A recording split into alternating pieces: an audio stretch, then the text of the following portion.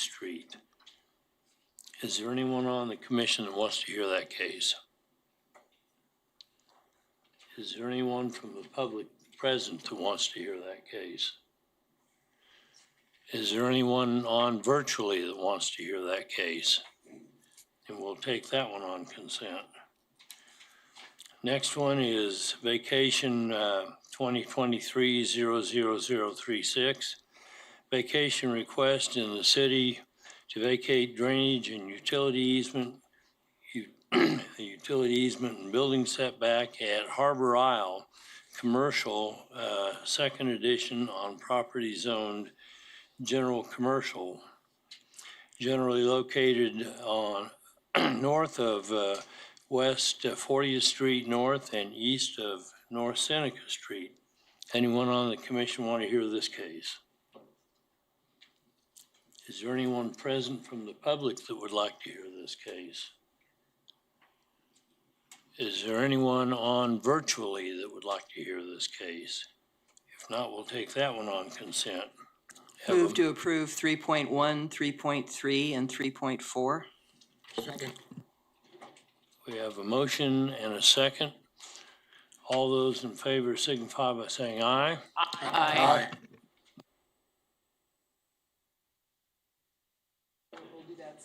I move to approve item number 3.2. Aye. Second it. I second it. 3.2, all those in favor say aye. Aye.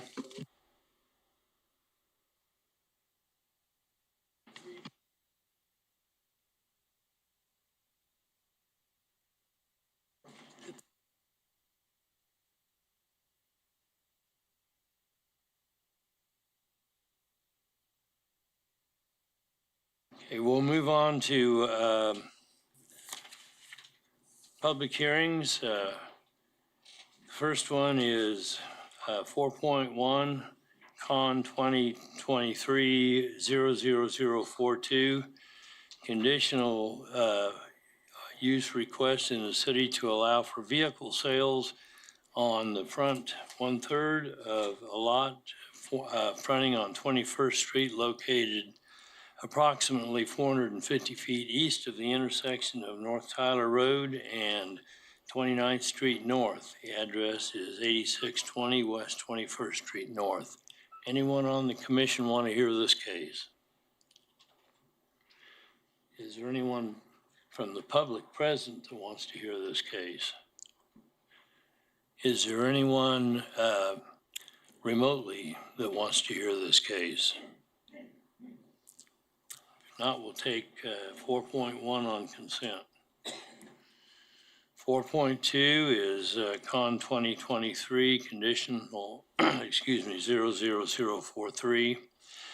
Conditional use request for vehicle equipment and sales outside on property zoned limited commercial, generally located on the west side of North Hillside Avenue within 500 feet of East 13th Street. The address is 1305 North Hillside Avenue. Is anyone on the commission? It's a denial. We have to hear it. It's recommended to be denied. Okay, we'll hear that case. Moving on to 4.3. This is Con 2023-00044. It's an amendment to the existing conditional use permit through the Board of Zoning Appeals in 1293 in the city to increase the number of cars that can be displayed at the site in a property zone limited commercial, generally located on the southwest corner of East 13th Street and North Delrose Avenue, 4615 East 13th Street North. Is there anyone on the commission that wants to hear this case? Is there anyone from the public present that wants to hear this case? Do we have anyone on virtually that wants to hear this case? If not, we'll take 4.3 on consent. Moving on to 4.4, it's Con 2023-00045, conditional use request in the city to permit an accessory dwelling unit zoned two-family residential, generally located on the east of South Belmont Avenue and 125 feet south of East Street, commonly known as 408 South Belmont Avenue. Is there anyone on the commission that wants to hear this case? Is there anyone from the public that's present that wants to hear this case? Is there anyone on virtually that wants to hear this case? If not, we'll take 4.4 on consent. 4.5, we received a request to defer that case. So I believe it's for 2 weeks, correct? Yes, sir. And I would just add that it was a request by the applicant, and so that is effective immediately.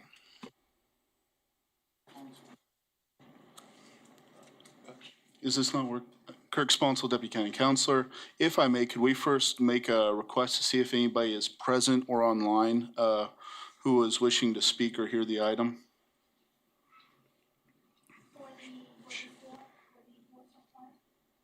Yes. So we'll hear that comment today. It would be my recommendation. It's my understanding that a request for deferral for 2 weeks was requested by the applicant. It would be my recommendation that the board make that consideration by a vote. If someone were wanting to defer the item, it would be my recommendation that they make a motion. And also as part of that recommendation, it's my understanding that our prior practice has sometimes been in these circumstances to allow people who are present or online who would prefer to speak today the opportunity to speak and have their comments considered for the next hearing on the item. Should we take that right now, or should we go on through the agenda? Let's take it I would right recommend now. you take it now in case people are Yeah. waiting on the outcome. So, first of all, I would entertain a motion to defer this case for 2 weeks. So moved. Second. Could you ask for hands of how many people want to speak? Yeah, let's go ahead and approve this, and then we'll move on, because we have to approve it anyway, I think. So, This is discussion, sir. I want to know before I vote. yeah, how many people present would like to speak on this case? 2?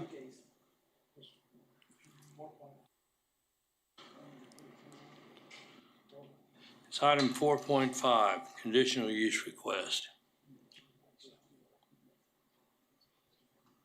Okay, so we have 2 people that want to speak on it. So does the Mr. motion, Aldridge? Oh, so does the motion include, do we want to hear it today? I believe we should give the person, if they want to, an opportunity to speak today. Is that correct, Counselor? As a matter of procedure, certainly it's up to the commission if they want to allow the deferral. But what could be done is the comments could be taken today and the actual hearing of the motion held 2 weeks from now. And I would request that the exact date be given out for public, specifically beyond the 2 weeks. Mr. McKay? Does this mean we're gonna hear the whole case? Or just let this Well, person stand I up and guess talk if about we're going to this? hear a comment on it, we'll have to hear a staff report, correct?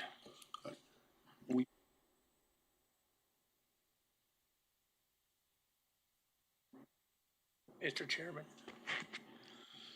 I think we ought to ask if they want to speak today, if we're going to defer it, or they want to come back when they do hear the case. Could I ask the member of the public if they want to speak today, or do they want to come back when the case is being heard?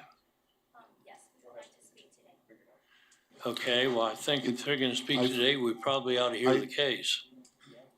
Don't you think? I don't believe it's absolutely necessary. It's come to my attention that that the applicant is not actually present right now. I was just informed of that. I think what could be done is comments could be taken today without the full presentation of the item. And then the item could be presented 2 weeks from now at a specific date. And those comments then could be basically taken into consideration as well. I would view this almost similar as if somebody were not present, but they submitted written comments on the item.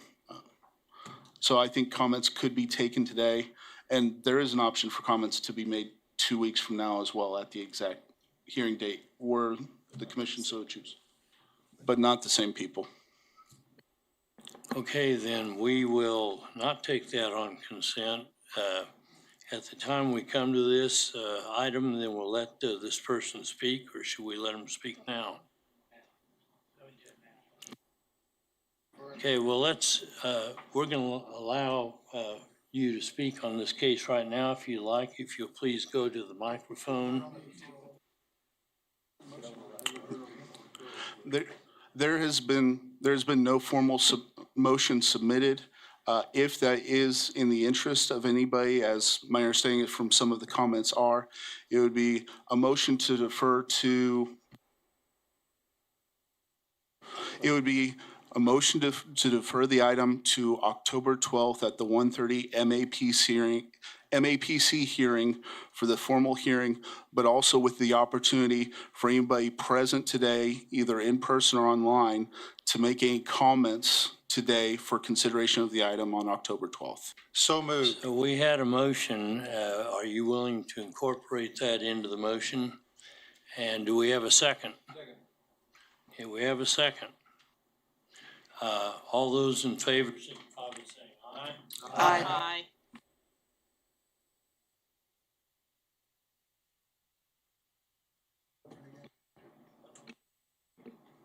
So now I would call on the member of the public to come forward and speak. You'll have 3 minutes, and please state your name and address for the record.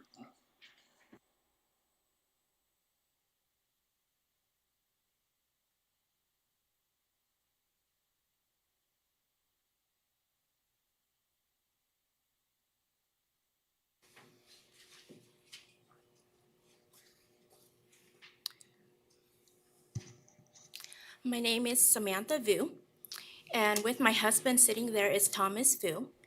We live at 1113 South Bracken Circle, Wichita, Kansas, 67207.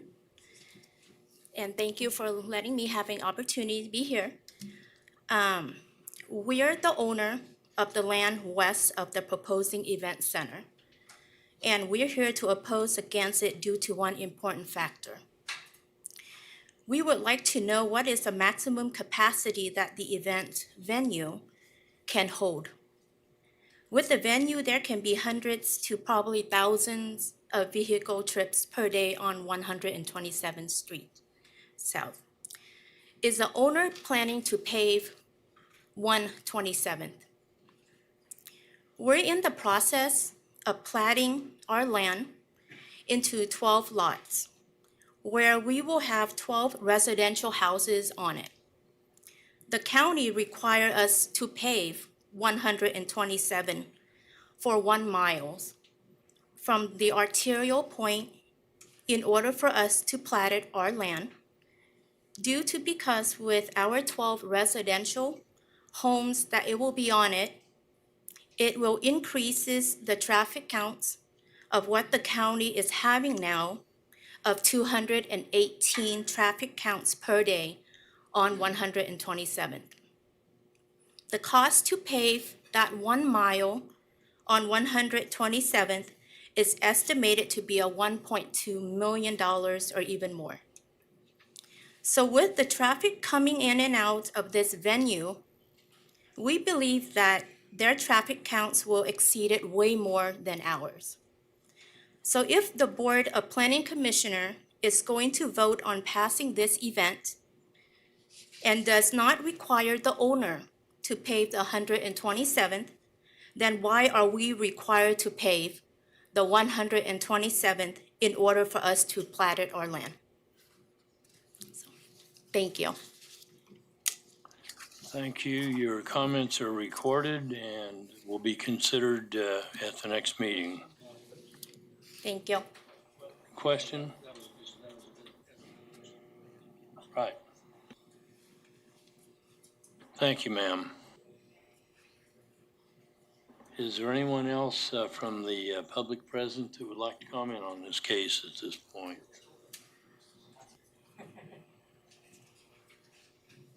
Or virtually? Is anybody on virtually? Okay, then this case is deferred. Moving on to 4.6, CUP 2023-00029. This is a minor amendment in the city to a CUP 164 to allow vehicle equipment sales on parcels 5A and 5B generally located on the south side of West 21st Street North with 1 quarter mile east of North Tyler Road, commonly known as 8515, 8535 West 21st Street North. Does anyone on the commission want to hear this case? Is there anyone present from the public that wants to hear this case? Is there anyone on virtually that wants to hear this case? And we'll take this case on consent.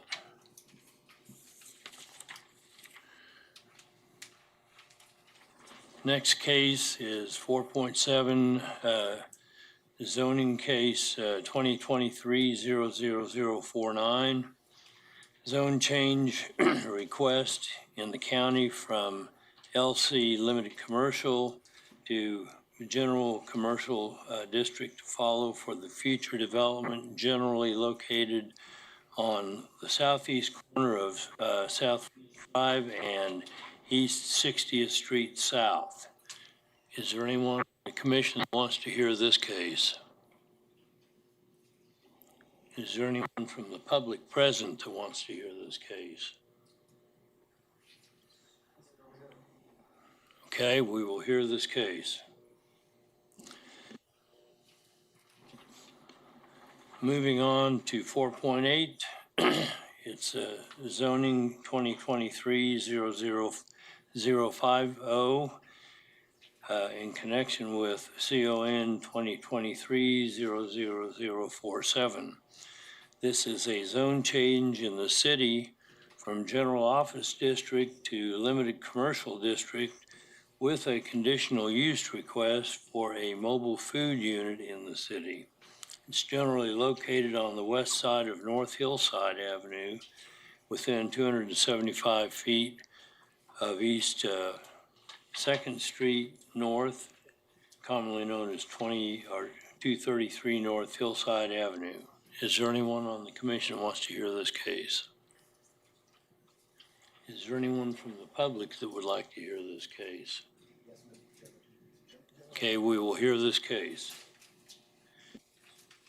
Move to approve 4.1, 4.3, 4.4, and 4.6. Second. We have a motion and a second. All those in favor signify by saying aye. Aye.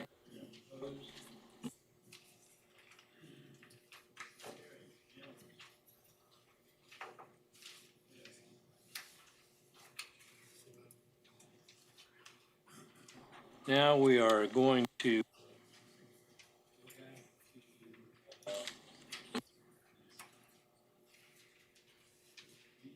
Board of Zoning Appeal cases, which we have several today. First of all, I like approval of the minutes. And again, we show that Blick and Warren were absent from that Move to meeting. approve. Second.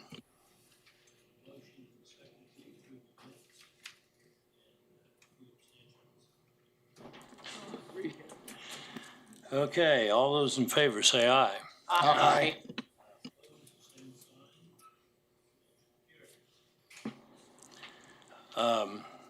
First case to be heard is BZA 2023-00028. It's a variance request from the city to reduce the side and setbacks for a carport, commonly known as 212 North Elizabeth. Is there anybody on the commission that wants to hear this case? Is there anybody from, excuse me, Scott? Sorry, sir. Mr. Chairman, just a point of order on these.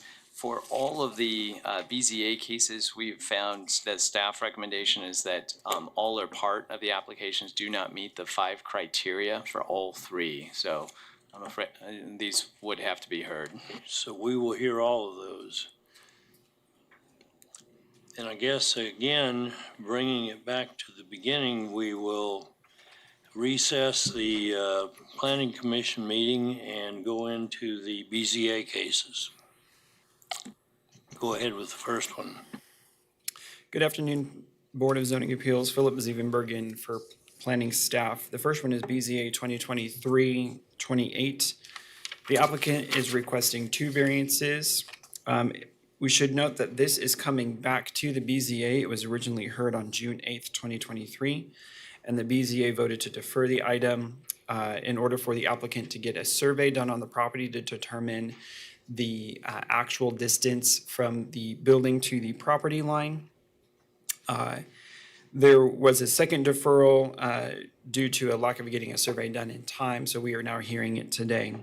As a review of the case, the applicant is requesting to reduce the rear setback from 5 feet to 16 inches for a rear addition on a detached garage.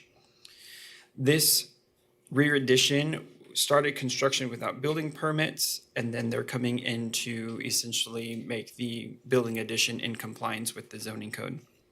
The second variance is to reduce the interior side setback along the south property line from 6 feet to 3 feet to bring an existing carport into compliance with the zoning code. The property is zoned SF5, single-family residential. This was not a part of the original request. However, we did consider it on June 8th, but in review of the property, the carport was out of compliance. And so if they were coming to the Board of Zoning Appeals for a reduction in setback request, this was also included to bring the entire site into compliance if the Board of Zoning Appeals were to deem the variance request meet the 5 criteria. The property is developed with a single-family dwelling, a carport, and a formerly detached garage, which has been connected to the principal structure via a breezeway, and again, a rear addition onto the garage. Paul, can you go to the survey, please? The survey indicates that the rear addition is 3.4 feet from the side south property line, and it shows that the closest point is 0.3 feet from the eastern property line, which is the 16 inches they're asking for. The survey indicates that the south building line of the garage and new addition is at an angle. You can see it's not necessarily parallel to the property line. It's slightly at an angle, which means it gets closer to the property line as you go west. The survey indicates a 3.4 foot dimension here, but there's no indication of a dimension here, and it is unknown if that part of the building is 3 feet from the property line, which is what the request is for. Just a review on the history of this, the carport has been in existence since 2003 and was not installed by the current owner. However, the rear addition is something that the current owner is undertaking, and again was started construction without getting building permits. The code requires a minimum of a 20-foot rear setback and a 6-foot side setback and single-family SF5. Again, if this was a detached garage, the setback on the rear would be 5 feet. But again, they're asking to go down to 16 inches, which is where the rear addition currently sits. Character of the neighborhood is mostly residential. They're also in single-family residential and developed with single-family homes, except for the building directly to the west, which is zone GC, and is developed with an auto repair shop. Can you go to the aerial photograph, please? Or the aerial map?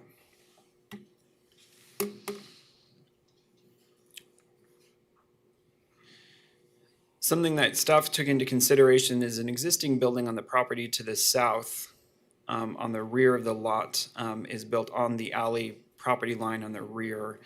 The rear addition to their garage would generally mirror that portion of the setback. So staff did two analyses, one for the carport and then one for the rear addition. I'll start with the first one for the carport. So these are the review of the 5 criteria. The first one is if the request is unique to the property. They didn't necessarily specify how the request for the carport was unique. However, historical aerials show that the carport was constructed in 2003.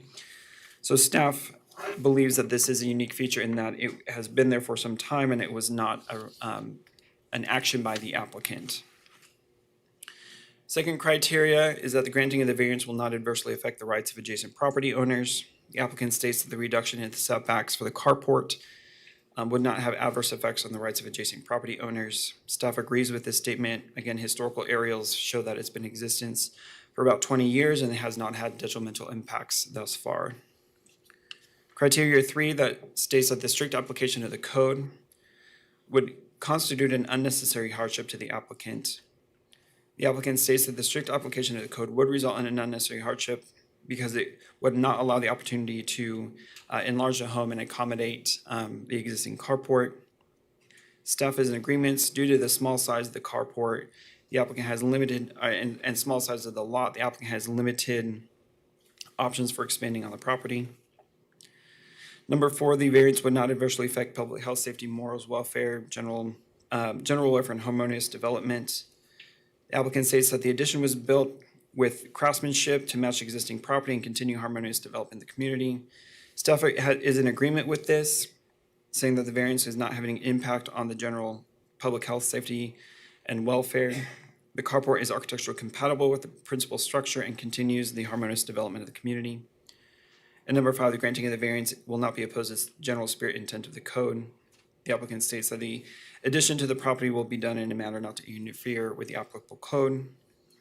As long as building permits are obtained, which is a condition of approval, staff is in agreement with this. The request is being considered for existing carport that has been there since 2003. It's currently out of compliance with the code, but the approval of the variance would bring it into compliance. If it was a detached structure, it could be administratively adjusted to a smaller setback in order to bring it in compliance, but since it's attached, they have to go the route of the variance. So overall, staff believes that the 5 criteria for the carport do exist. Staff does not believe that the 5 criteria for the rear addition onto the garage exist. So we'll review that at this time. So again, criteria 1, is it unique to the property? The applicant states that it is a unique condition due to the sewer line, and that's the sewer service line that connects the house to the sewer main in the alley. They didn't want to build over top of it in case they needed to replace it.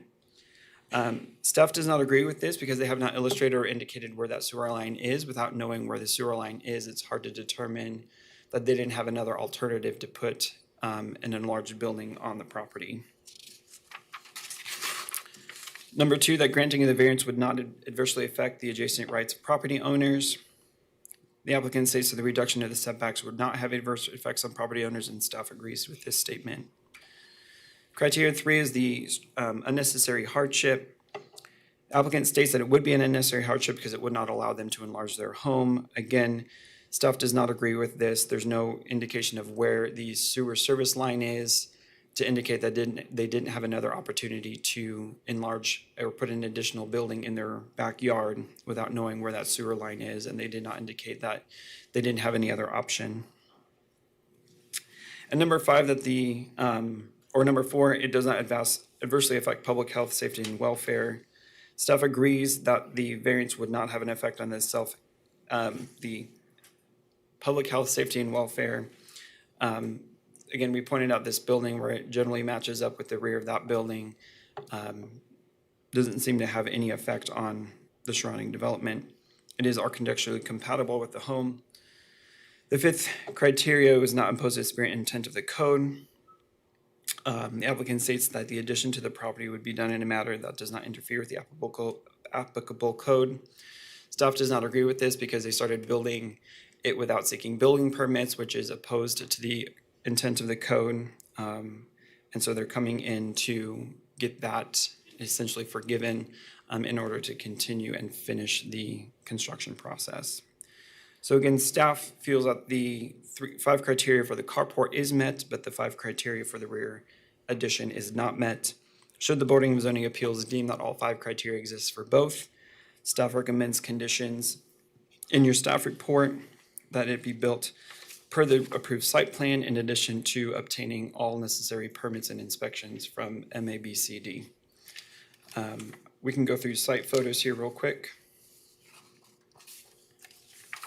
This is looking at the front of the home. This is the existing carport. Next picture. This is looking from the south to it. You can see the carport, which extends kind of with the breezeway to a garage, and then the addition to the garage to the rear. Next picture. This is looking south at the property. Next picture.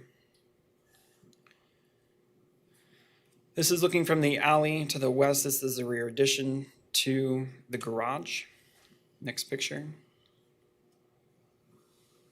This is looking north along Elizabeth. Next picture. Looking to the south. Next picture.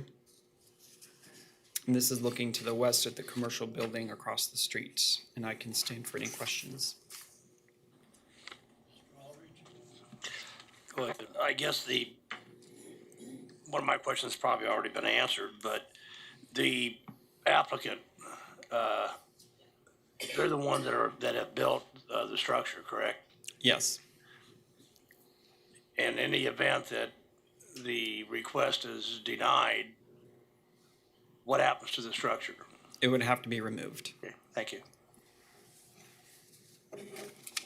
Any other questions of staff from the commission? Excuse me, go ahead. Joe? Yes, where else on the site were you indicating that it could be built? They do have buildable area in their rear yard. Their statement was that they didn't want to build over the sanitary sewer service line to the main, but they didn't indicate where that line was, so we don't know. That's not on the survey. No. So they do have buildable area that would meet the setback. We just don't know where the sewer line would be to say there would be a restriction to not go over top of it. Mr. Aldridge? Couldn't they back scope it to find out exactly where that line is? They could, but they haven't indicated to planning staff where it is. Okay. Any other questions from the commission? If not, agent or applicant, please come forward. You have 10 minutes. Please state your name and address for the record.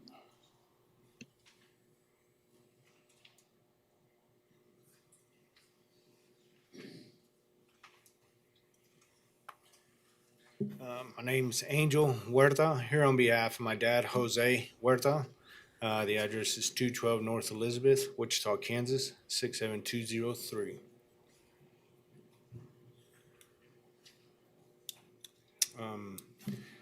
I know there's questions about the sewer line.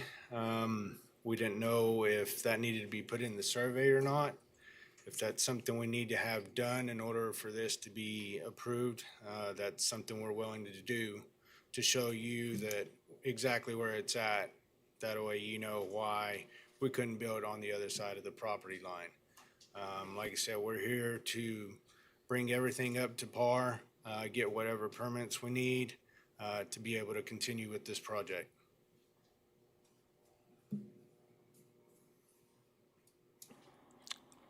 You have anything else you'd like to say at this point? That's all I have. Thank you. Are there any questions? Pardon? Yes, Mr. Aldridge. Why didn't you locate, first of all, the sewer? You can scope it to find out where it's located. And just out of curiosity, why in the world didn't you get a building permit? We didn't think we needed to have one. We had done an addition a long time ago towards the front of the house. And they had told my parents that if they were building backwards, they wouldn't have to need one. So that's why he went ahead and proceeded to do it that way. Who's they? I'm not quite sure on who the inspector was. That's probably something we'd have to locate in the paperwork that was given to us in order to get a name for you. Probably should have done your due diligence a little bit before you started a Yes, sir. project of this magnitude. Mr. Blick, Can we go to the north site view of the carport?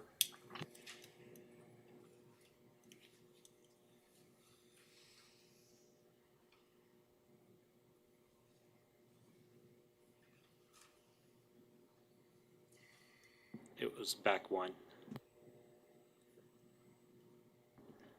Did you guys build this carport? We did not build the carport. Okay, I was just wondering, because I noticed in the center, I don't know if it's a light, it looks like it's starting to fall through the middle. Second question is the structure that you built in the rear, the garage, is that just for a garage or is that also for living? It's kind of living to kind of help with space that we need. Okay, that's the question. Thank you.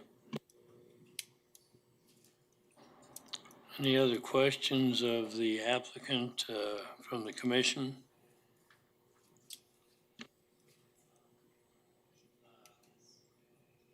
Thank you for your comments. At this point, is there anybody from the commission that would like to speak on this?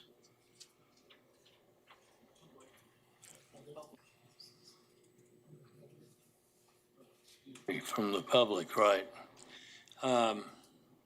Is there anyone present from the public that would like to speak on this item? Is there anyone virtually that would like to speak on this item? If not, we'll bring it back to the commission for action. I assume then there has been no adverse comments. I'll defer to Philip on that one. Not to my knowledge, no. So if this is actually going to be an accessory dwelling as opposed to what we're looking to provide the variance for, how can we actually approve something that hasn't been filed to become an accessory dwelling?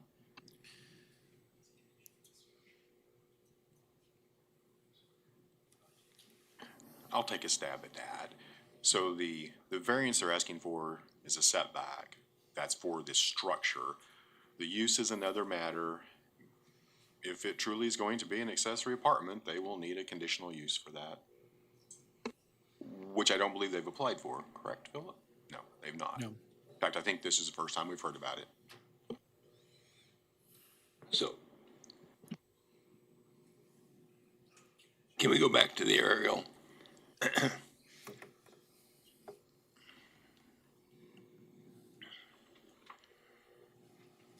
I assume those white buildings are built right on the alley. Yes, sir. This is one of those cases which we don't like, but I'm gonna make a motion we approve. Can I clarify and ask that we vote separately on these two items, since the one is pretty straightforward and the other is absolutely not? And I would also ask, just to make sure we all know where we're at, can I have a legal opinion? As I understand the statute, all 5 findings need to be found before we can approve. Is that correct? Try your mic again. There you go.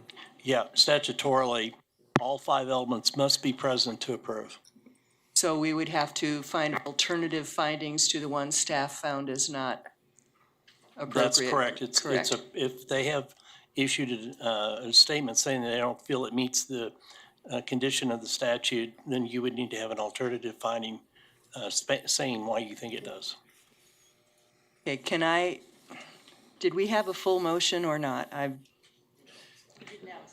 We All don't right. have a motion at this point, I believe, do we? I'll make a motion we approve the carport.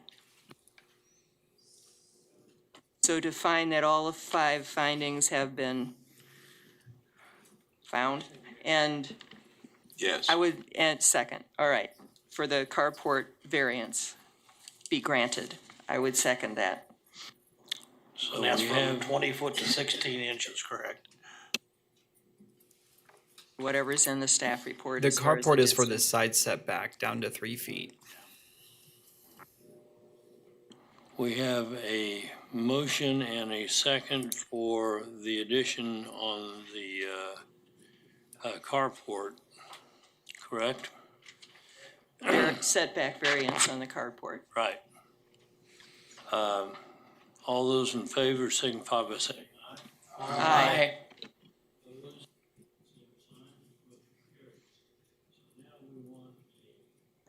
We want a motion on the second part of this. I think we need some discussion first. I was just gonna make a motion to deny that setback for that structure. I will second. Have a second? Okay, we have a motion and a second. All those in favor signify by saying aye. Aye. Aye. Same sign, motion carried.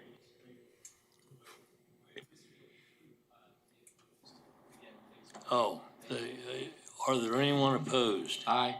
Aye. Let's do a I roll think it would call. be helpful to do roll call. Yes, sir. This is on the motion to deny the variance for the vacation, sorry, for No, the the variance. variance for the setback to the alley, for the addition onto the garage. All right. Fox, Aye. Dool, Aye. McKay, No. Green, No. Bill Johnson, No. Blick, Aye. Nix is absent, Foster, Aye. Warren, No. Joe Johnson, No. Miles, Aye. Hartman, Aye. Aldrich, Aye. Williams Bay. Aye. 8 to 5. I show 8 members voted for it, 5 members against. So the motion to deny passed. Okay, motion carried. And we move on to the second case, 00048. Yes, this application is a variance to reduce the street side setback on a property zone TF3 located at 2803 East Mousman Avenue. The property again is zone TF3, which require a 15-foot zoning setback along North Volusia Avenue. You want to go to the site plan, Paul? The site is currently vacant, but the applicant is proposing to construct a dwelling and a detached carport. The purpose of the vacation would be to reduce the setback for the carport. Staff wanted to note that with accessory structures, the zoning code requires a 3-foot separation between structures. And so though the site plan shows a 7.5-foot setback, the setback would actually be reduced down to 4.5 feet to allow for the necessary separation, which still constitutes the variance, so there's no harm done there. Again, the property is currently undeveloped. In 2021, up until 2021, there was a structure on there and it has been demolished, I believe. The surrounding character of the neighborhood is residential. The properties are all zone TF3. Some of the properties are developed with single-family residences and other properties are developed with duplexes. If you want to go to the aerial site, please.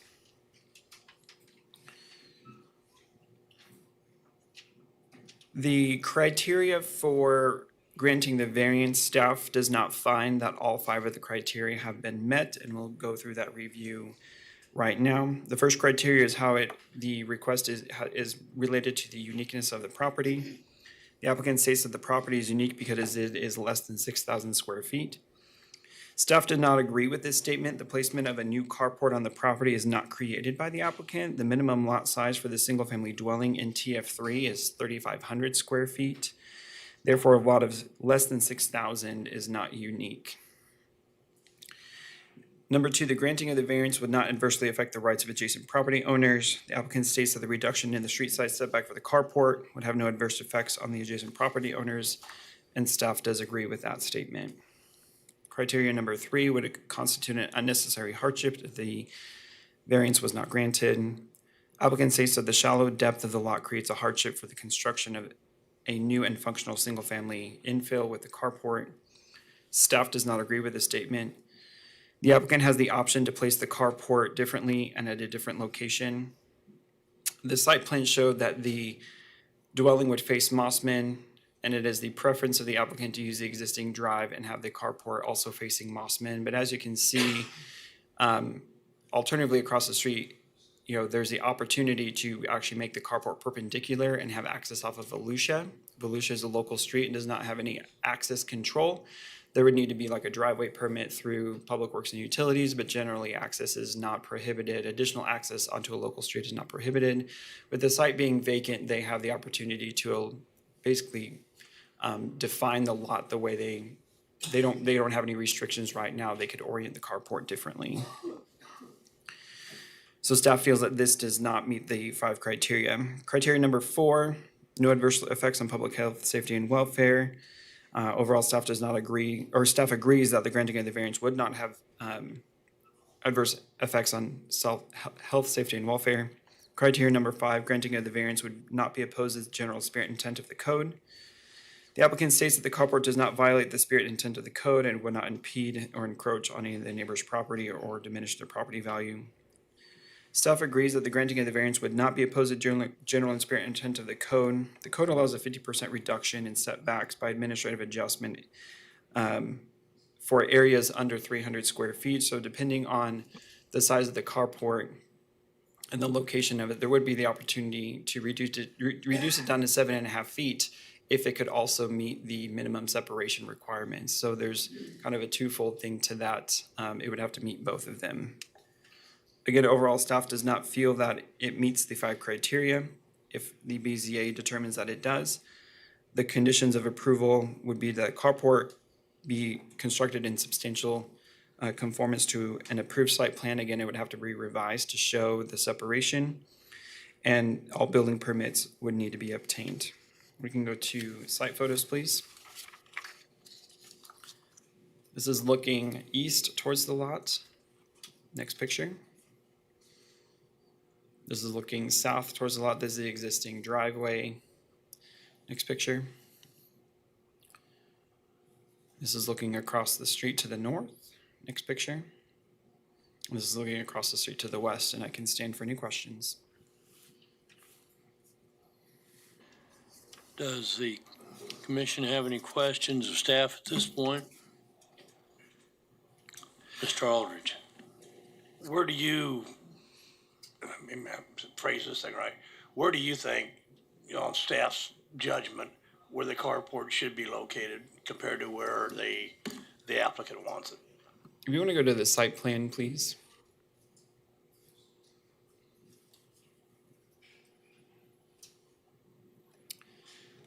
They could orient it perpendicular or I guess parallel to the house and have it facing Volusia. They could meet setback requirements or even request an administrative adjustment to reduce down to 7.5 feet and have access off of Volusia, but it could be oriented to the side.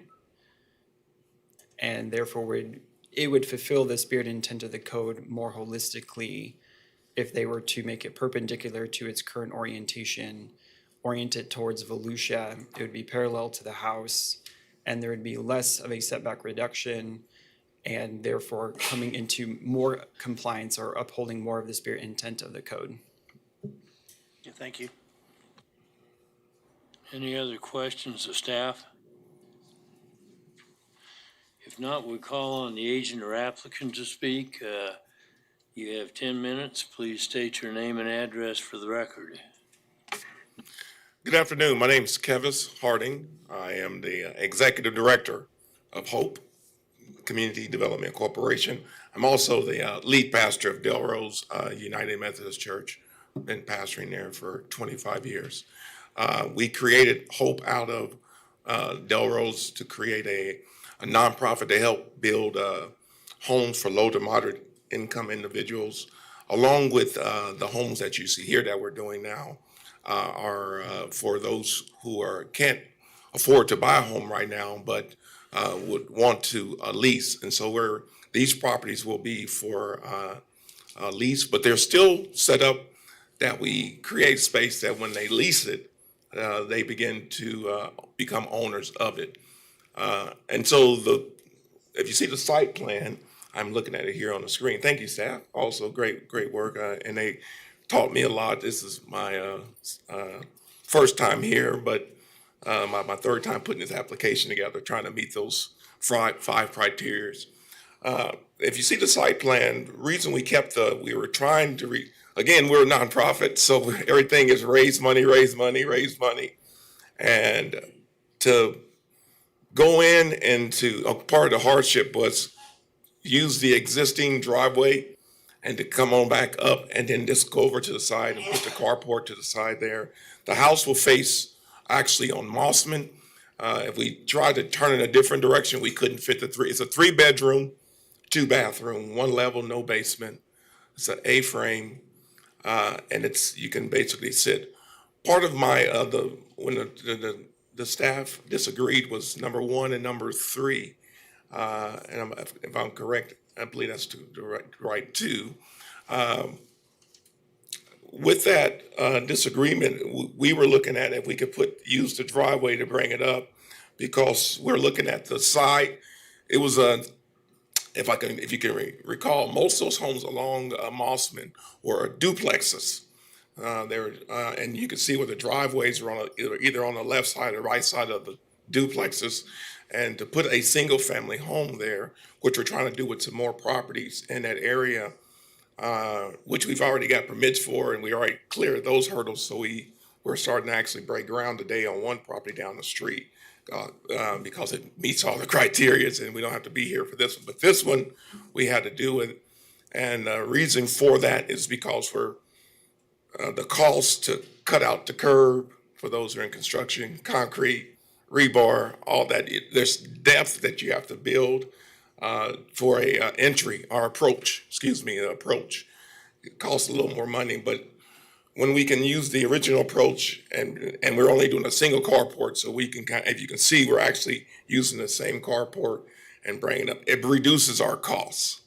It saves us money than trying to put it off of Evolution, and it helps us keep the original design where we can actually put a 3-bedroom, 2-bath on that property for our residents. And hopefully, I explain best of my ability of hopefully getting this approved and making this place sustainable for new homeowners that are already interested in the property. Any questions?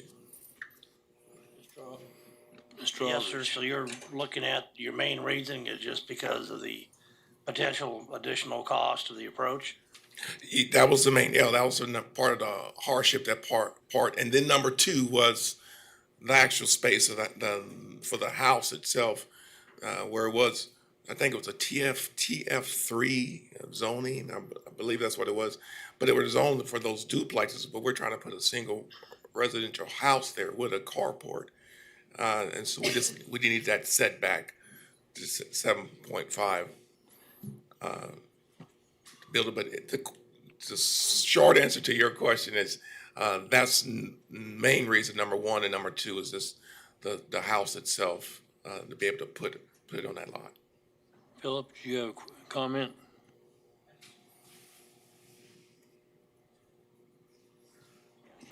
I just wanted to clarify to make sure you understand the question in terms of turning a structure only applies to the carport. There's no issue in the house facing Mossman.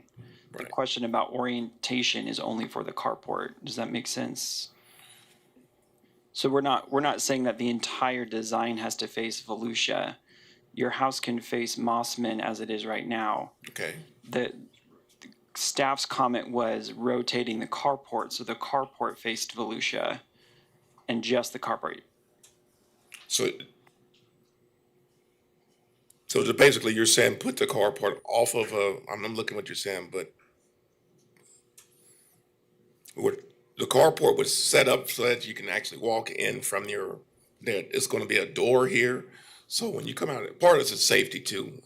For me, as being a former police officer, is that once you come off of your carport, you can go straight into your house.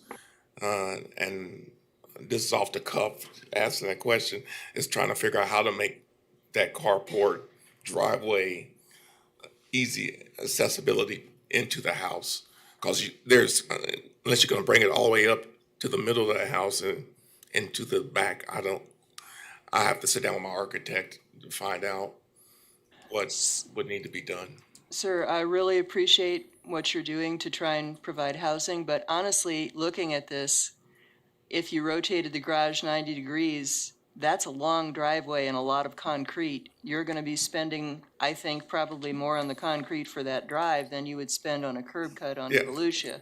Great. I think this is solvable without having to have the variance. Yeah, and thank you for asking that, because that was part of one of my questions to the architect. When you see where that I think it was a picture where that driveway comes all the way up to that dotted line, and so all we would have to pour would be just the driveway, because it already has a drive. So we have to mess with that part. That's what we're trying to save money. And I understand that, but looking at the photograph, the entry right by the curb cut still looks like it needs to be re-poured. That's not in terribly good shape. But even so, going all the way back to the other end of your property from there, you're going to pay more for that than you would pay for the shorter driveway off Volusia. Yeah, I think economically you'd be better off rotating it, honestly. But I would definitely consider that, particularly with the architect, and make sure that could, work. I was just trying to make sure because all I was going to do with this driveway here that you see on the screen was basically, remove the grass, clean out the gutters, and then pour from there up. But Ms. Fox, you have a comment? I would like to suggest that you go back to your architect to see if that couldn't be flipped. Either flip the house plan so that the entry could be into the carport, because you'll save a lot. And there's also a safety issue. People are not used to that driveway access onto the east-west streets anymore, because the majority of them are on the north-south. And you'll have to re-pour that approach, I feel confident. So maybe this could be deferred till you could get your plan redrawn and make sure we can meet the setbacks on the east-west side, because I think those are allowed. That would give you that space to get your 3-bedroom house, because we all want you to get a 3-bedroom house on there. Okay. And to help me out, can you go back to the site plan so I can? Can I make a motion? Are you comfortable deferring it so that you could take a look? Yes. I move that we defer this item. Think a month would give you time to get it redrawn and look at it again? Yes, ma'am. Second. Let's wait and see if there's any comments from the public here. If he Thank you does, for your comments, sir. Is there anyone present from the public that would like to speak on this issue? Is there anyone virtually that would like to speak on this issue?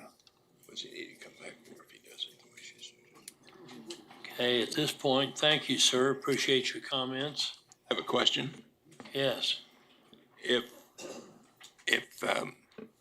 he does what was suggested, he doesn't really need to come back here, does he? Correct. At that point, he would withdraw it, correct? So, but we need to defer. That's all we can do for right now.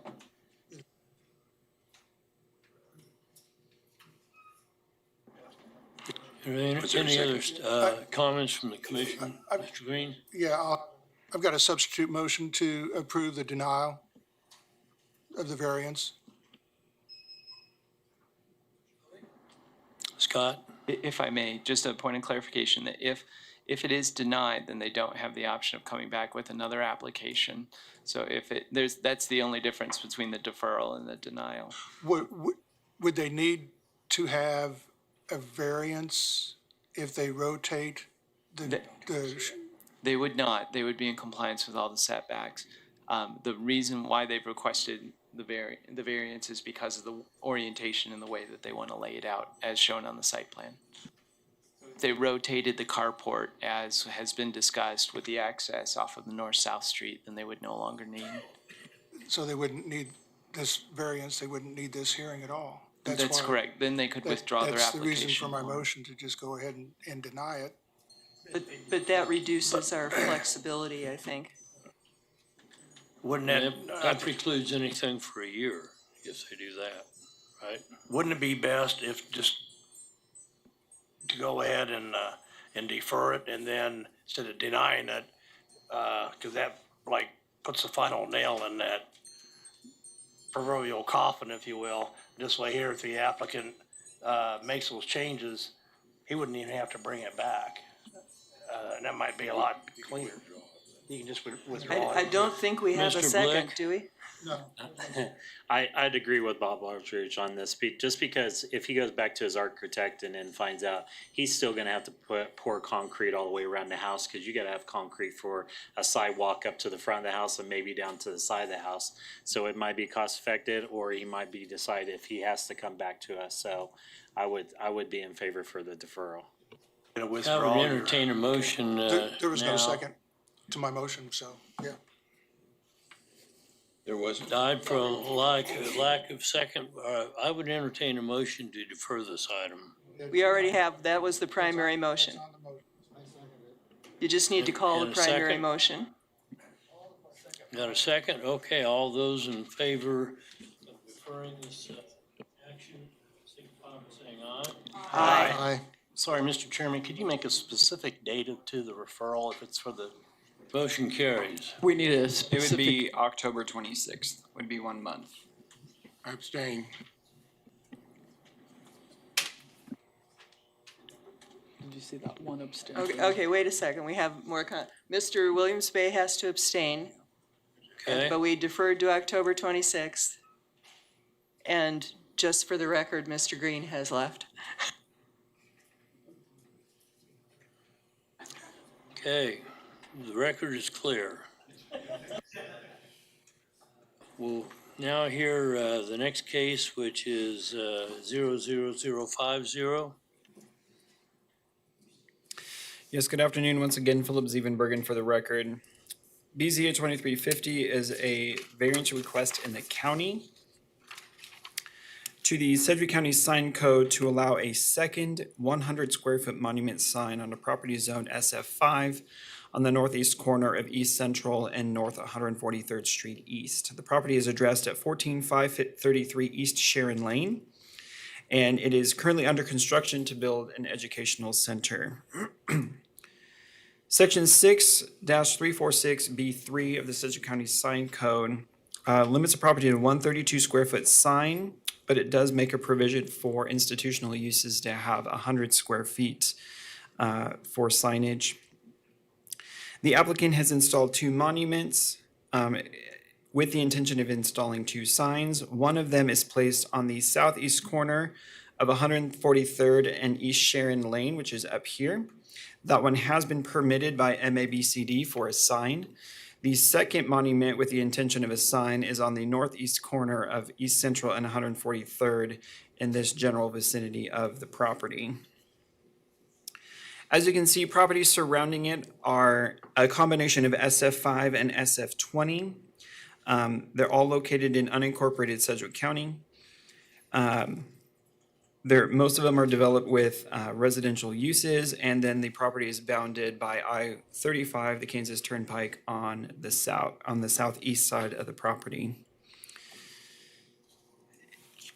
In 2018, the planning director determined that the current BZA, which is BZA 2018-33,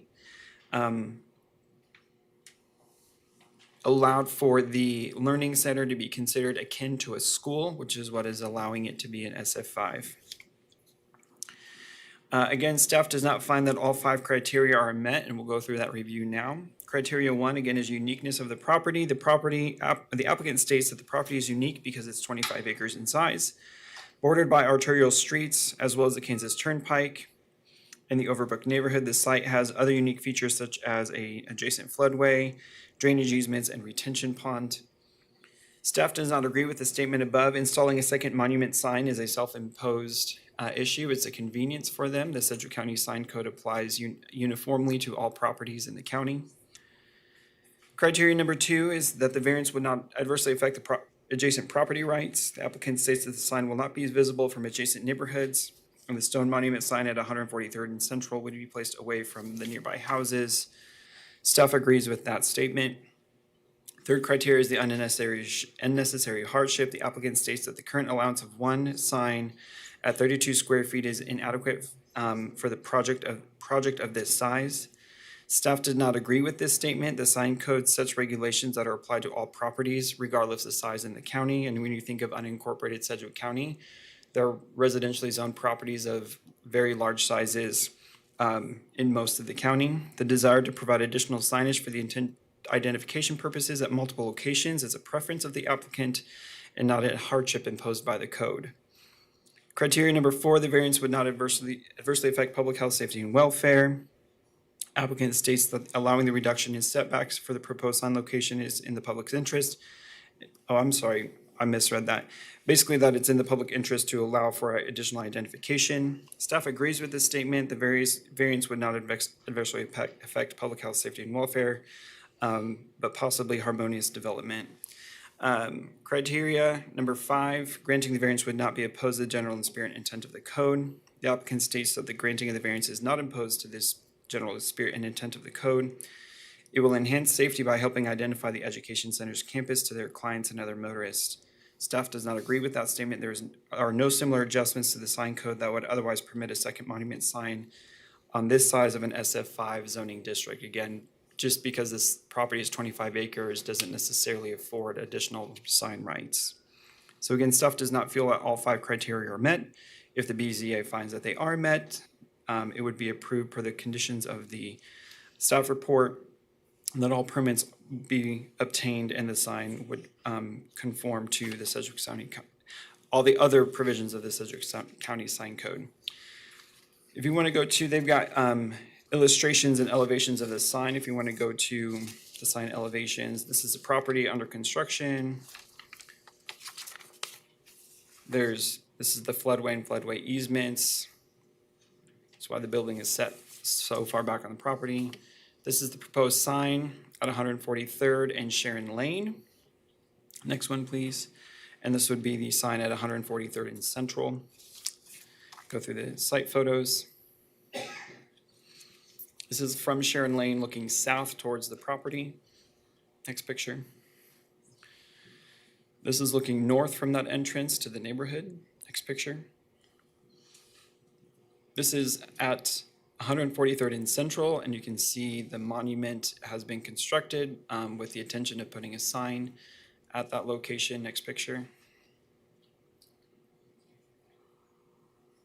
This is looking north from Central. Next picture. Looking to the south. Next picture. And I can stand for any questions. I must declare I had ex parte discussion on this project. Mr. Aldrich. Just for clarification, the second monument sign is already under construction, correct? The monument is, the sign is not. Okay. Ms. Fox. So if that monument had no words on it, and it was like a landscaping, identification little pretty wall there, it could be a part of their landscape and it would be fine, is according to our code. It's just the fact that words are on it. Right now it's a monument. There's no words on it for identification, so it's not a sign. Something akin to that is our sign area for like a large shopping center only include the actual verbiage. The pedestal that it sits on is not part of the calculation of the sign. Mr. Blick? I know on the BZA, we've approved, I think there was a heart hospital that was up north that they could have an arrow and it said like emergency or different, like a way direction. Can they do that on that, or would that still be considered a secondary sign? I'm going to defer that question to those who know the nuances more than I do. I think if, Can you state the question again, Mr. Blick? The question I have is I've seen businesses do secondary signs, but mostly the secondary is a waypoint, so it has an arrow and has a direction. I didn't know if that secondary sign could actually be, if it did say the name of the business and had an arrow or not. It would still be a sign instead of a directional sign. Any other questions of staff? Yeah, Philip, as he's coming up, how big is this actual sign? They're requesting it to be 100 square feet. Kelly Dixon Metropolitan Area Building and Construction. The answer to your question was that would still be considered a sign and would still have to have the variance. Thank you, appreciate it. Are there any other questions of the commission for staff at this point? If not, we will allow the applicant or agent to come forward and speak. You'll have 10 minutes. Please state your name and address for the record.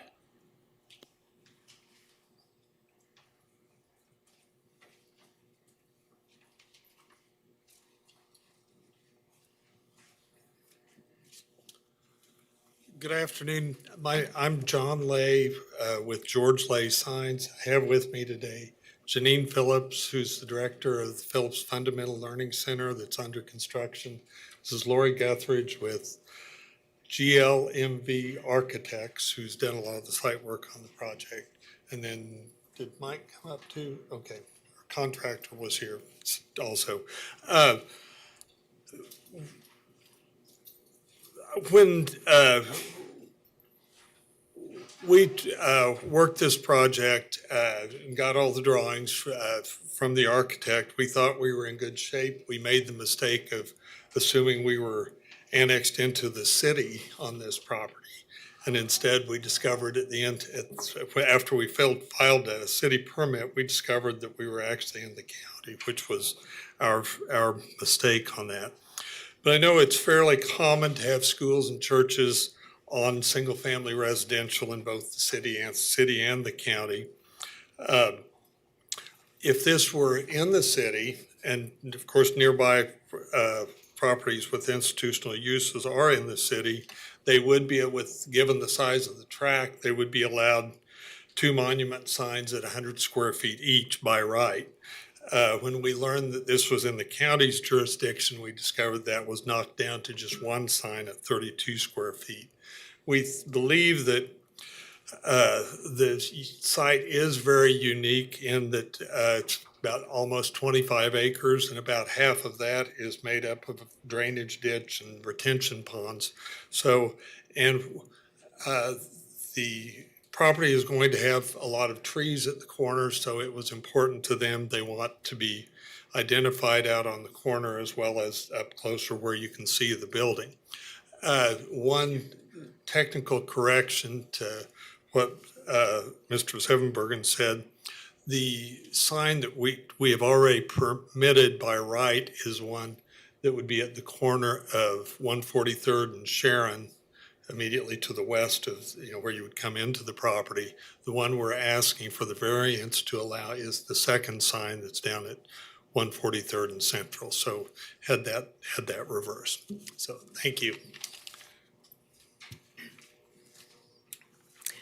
Hi, Janine Phillips. I'm going to give you Sharon Lane's address, or I can give you my home, either one.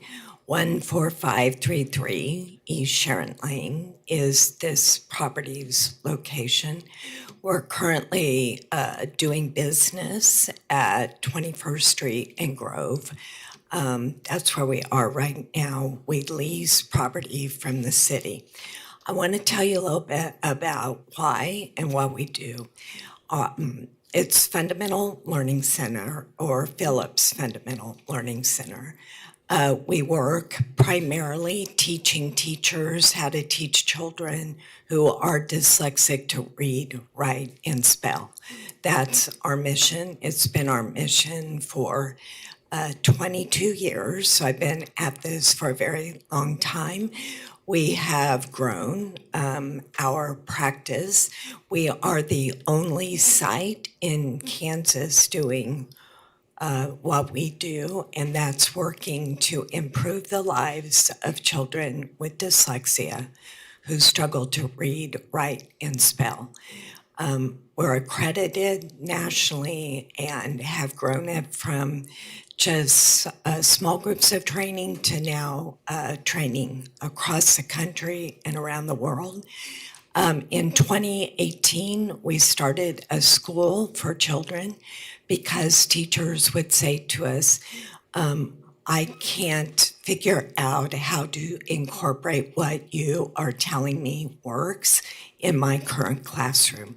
So that's why today we have 70 children that we will be moving in 2 weeks to this building into our laboratory school. Anybody in this room is invited to come, observe, watch what we do. So that's our mission, and our vision is all children reading, all children succeeding. What we figured out in 2001 is what we're doing for children with dyslexia works for almost all children, with the exception of 5%. So that's what we do. That's our mission, our vision, and I really appreciate getting this opportunity. Thank you. Hi, I'm Lori Guthridge. I'm with GLMV Architecture. The address is 1525 East Douglas Street. And I'm here to, we passed out a few little images in front of you. I'm here to kind of explain a little bit of the aesthetic and design intent, as well as address specifics within the criteria that we did not see eye to eye on. So the first image that you're going to see there is basically what the sign is going to look like. The image on the screen is somewhat outdated in the sense that the butterflies on the corners have been eliminated. So we're basically just looking at that image that you're looking in front of you is a mock-up that John did, so that the board could see, as well as people in the neighborhood, what the sign would actually look like. That's the sign on Sharon Lane. And as you can see, it is fairly simple, elegant, and understated. The low linear profile mimics not only the architecture of the building, but is intended to blend in with the landscape. And for similar reasons, the natural stone was selected just for a natural aesthetic. Criteria one, I wanted to mention in terms of the uniqueness of this site. What's really unique about this site is that floodway kind of parallels 43rd Street, which requires that we place that building from either 43rd or Central Street almost 330 feet off of the back of curb. So viewability is very limited. If you look at the second and third images that I have in that packet, that's your view from 143rd and Central. You can't actually see the building. If I'm understanding your code correctly, we are allowed a monument sign and a building sign. Because of the uniqueness of the site, the building itself is too far away from the road for a building sign to have any effect at all in terms of wayfinding or identification. So that is the uniqueness that we consider. So what we're asking for is, in lieu of a building sign, if we could get that additional monument sign on the corner of 143rd and Central to assist with wayfinding. So in terms of criteria 3, which was another one, the hardship that we feel we are encountering would just be the lack of identification, because our building is, because our site is unique and our building is so far away from the street and you genuinely cannot see it coming or going. Wayfinding is very difficult, and I know this because I have missed this building numerous times and I worked there. So if you miss the turn on the corner, you have to go a mile in either direction in order to turn around and come back. And what most people, I think, will do is go through the neighborhoods, and that's not really what we want to impose on the neighborhoods. Also, by putting that on the corner, we're asking for that variance to the allowable square footage, because we again have, this is a crazy little site, but we have an 85-foot easement, utility easement, on both Central and 143rd. So when we orient the sign, it has to be far enough outside of those easements to be constructed. So the readable face of that sign is in excess of 100 feet from the corner. That's why we're asking that our lettering be allowed to be a little bit larger, just for clarity. And then the final. We have 1 minute left. Okay, final criteria. In terms of meeting the spirit, we really do feel that it does. And if you look at the very last image, this is immediately across the street on 143rd Street, Pinehurst. They have a monument sign on the corner of 143rd and Central, as well as an accessory sign further down on 143rd, exactly the condition that we're talking about. In terms of the spirit, we feel like what we're requesting is basically a monument sign in lieu of a building sign. Thank you, guys. Thank you. Boom. For your good testimony. Yes, Mr. Johnson. Joe Johnson. You presently got the building under construction? Yes, the building is almost Okay. complete, actually. Who did you obtain the permit for to build this building? Was it county or city? It was the county. Okay. Yeah, we worked with Gary Cox. Yeah. Mr. Joe Johnson? Number one, I think you ought to be commended for the placement of the building on the site. Saving all the trees along there just makes it I think, a great site for the homeowners that live across the street. And I totally agree with the sign in that location, because as you're coming down Central, you really need to see where you're going to turn left on 143rd. So I certainly see no problem with this. I had one question. What did the sign actually look like? This isn't the sign, is it? That's the Sharon Lane sign. Right. The one on 143rd is going to be 6 feet tall, 39 feet wide, with a very similar aesthetic. How tall? 6 feet. Okay. And it's a very similar aesthetic in terms of the lettering. I think in addition, the wording, John, help me with this, please. What's the additional wording beyond the Phillips Fundamental Learning Center? The taglines. So it's, yeah. There we go. Yes, so it'll have those taglines in addition to what you're seeing on that image. And then, like I had mentioned, the butterflies that we had on the corner, that's the Fundamental Learning Center's logo, but we opted to leave those out. We really are just trying to go for a very low profile, simple, elegant sign. I think this is very well done, and I commend you. Thank you. Thank you. Yes, Ms. Foster. And this may be a question for staff or someone else, but has anybody, do I understand correctly that if this was in the city, we wouldn't be having this discussion? And has anybody considered the possibility of having this parcel annexed? I guess the answer to the first part of your question, it's my belief it would be allowed by right in the city. As far as possibilities of annexing and so forth, I can't speak to that. Thank you. Can I ask staff if that is? So if it were within the corporate limits of Wichita, I'd have to do a little more research.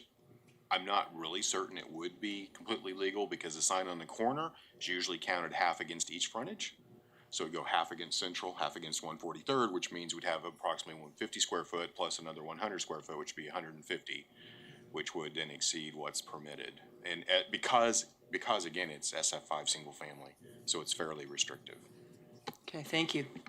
So is the west side of 143rd is in the city limits, right? Negative, that is not. That's in the county. It's an improvement district. Are there any other questions of the applicants this time from the commission? Yes, Mr. Williams-Way. Just for my own understanding, if you don't have that sign located at 143rd and Central, how do you find your way into the site?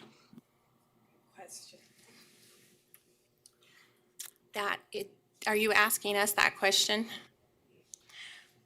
That is our point, exactly, because you don't see the building at all. And what we're afraid of is that people like myself will drive by it.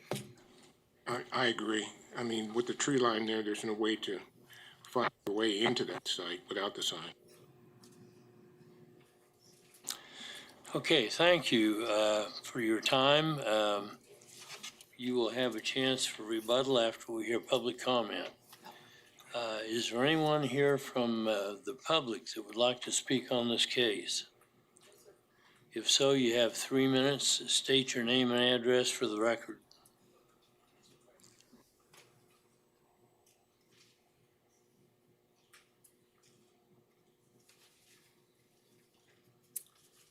Thank you for inviting comment. My name is Jane Harwell, and I live at 14631 Sharon Lane. I am a resident of over 25 years in Overbrook, and I very much appreciate the signage restrictions in Sedgwick County, having lived in areas that don't take the care to do that. So I do want to express concern about the stature of the signs that are currently incomplete. I feel that they are of a stature that is more commercial in nature, and in comparing them to those in the general area, they seem much more imposing than those in a residential area. So I would just request that variances not be granted to preserve a long-standing residential area. Thank you. Are there any other folks from the public here that would like to speak? Yes, go ahead. You have 3 minutes. Please state your name and address for the record.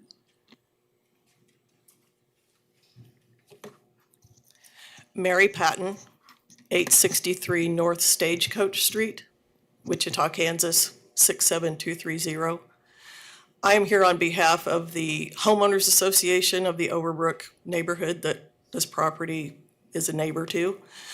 We did submit comments electronically that I am not sure that, I don't know if you have, so if you do, I could just take questions on those if you have them, or else I can kind of give you the basics in my 3 minutes. Is that one of the letters we have? Okay. Does anyone have any questions of the speaker at this point? I do. The applicant stated that they're concerned that if there's not clear signage to enter their property, that traffic could go on into the neighborhood. And if it's not active yet, it's kind of hard to judge, but do you have any concerns about increased traffic if people don't find their way quick? Well, we've had concerns about increased traffic in the neighborhood just from the school itself. So that argument wouldn't hold weight on our staff. I suppose, probably to make it brief, our homeowners association we talked about this at length. I would say that we will be glad that the butterflies at the big sign on 143rd and Central, if it's approved, will not be there. We thought that was a little excessive. Our main concern, we had made a determination we would not oppose granting the variance of this second sign if it truly stayed within the size that it's stated now, and that there's not to come back and do another one. Our other concern, however, is there's a base for what appears to be a third sign at the actual driveway into the school, and we have no information on what that is. And our concern after seeing schools and churches and other things in areas is we do not want a digital or an LED kind of sign that is a message board, broadcast pictures, all of that, because that we feel is definitely detrimental to the neighborhood and also constitutes a safety concern as people slam on their brakes to read what's on the sign. But we don't have any information, and when I talked to zoning staff, they had no information on this possible third sign either. And it's kind of confusing because there's partial lettering on it that now says MCB Drive, and we don't know what that means. Your time is up, ma'am. Thank you for your comments. Is there anyone else present from the public that would like to speak on this? I might remind the commission that we received 2 letters, and one of them was our last speaker referencing this. Is there anyone virtually that would like to speak on this case? Seeing none, I'll bring it back. Is there a good way to raise my hand, or do I just start talking? Start talking. Please give us your name and address for the record. You have 3 minutes. I'm Andrew Clark, 515 North Birkdale Circle, Wichita 67230, and I am the president of the Crestview Country Club Improvement District. And we would, in addition to Overbrook, be opposed to granting the variance along similar bases. We don't think that commercial belongs in the improvement district, and while this is being considered a school, and if that is the way that the school is being allowed into the district, I think it should be treated as such, and signage should be kept to a minimum. And there was a question on annexation, and just for what it's worth, the property sits within the improvement district, and there was a vote a number of years ago about annexing the improvement district into the city of Wichita, and our residents voted against that, so the property would not be eligible for annexation. That's all I got. Thank you for your comments. Is there anyone else on virtually that would like to speak on this case? If not, I will bring it back to the applicant or agent, and you have 2 minutes rebuttal to the comments that were made.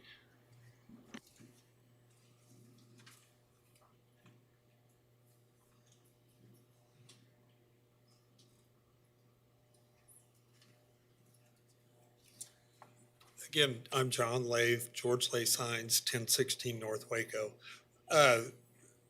The plans that were drawn did have 3 monuments, one at the corner of 143rd and Sharon, one at the corner of 143rd and Central, and then a smaller one to mark the entrance to Fundamental Learning Center, which was denoted as MCB Drive. That's a smaller one. When I took it to the county inspector and told him this was to mark, it was a directional in nature to mark the driveway, he made the determination that that one would be exempt from the regular sign code provisions because of its function. Any Thank you. further questions? So you can confirm that one is not an LED sign, is that accurate? Yes, none of them are programmable or changeable message signs. There was something else. Applicant would be agreeable if you want to impose a restriction to this. County code is silent as far as changeable message signs. If you would want to make that, put a restriction in the granting of the variance that they're agreeing to not have electronic changeable message signs on the property, they are agreeable to that. Thank you for your comments. At this point, we'll bring it back to the commission. Do we have any further discussion on this case? Mr. Blick. I'm kind of conflicted on this because I see the need for a sign. I don't see the need for 2 signs. The one sign that's down on 145th and Central, the backdrop of it is just a row of trees and you can't even see the building. I don't really see that sign that's down there that was approved is beneficial compared to the one that's on Sharon Lane. But at the same. That's the opposite of what's going on. Correct, correct. So I don't see the point of having a second sign. I do like the sign that's here on Sharon Lane, but I don't like the sign that's just out on the corner that you can't even see the property line. I know it's just opposite. They already got approved for the one. But I think it's not really beneficial to have a second sign on this property line. Any other, yes, Mr. Warren. I'm going to take an opposite view of that. I find the need for both signs based on the traffic that goes into this area and directing people to the school. It's necessary. I also find as I read the criteria that I find myself in agreement with the applicant's assessment of the need for these, and so I find that they are in line with the criteria with their request, and I would add, so I'm gonna make a motion to approve the variance and add the stipulation that any reader boards or would disallow any changeable signs or any readable signs as a part of that. Second. Yes, Scott? Sorry, just a quick staff clarification question, and that is, as part of the motion, you find that the 5 criteria have been met, is that right? That is correct. May I have another clarification on Yes. behalf of staff? So no, thank you, no changeable copy.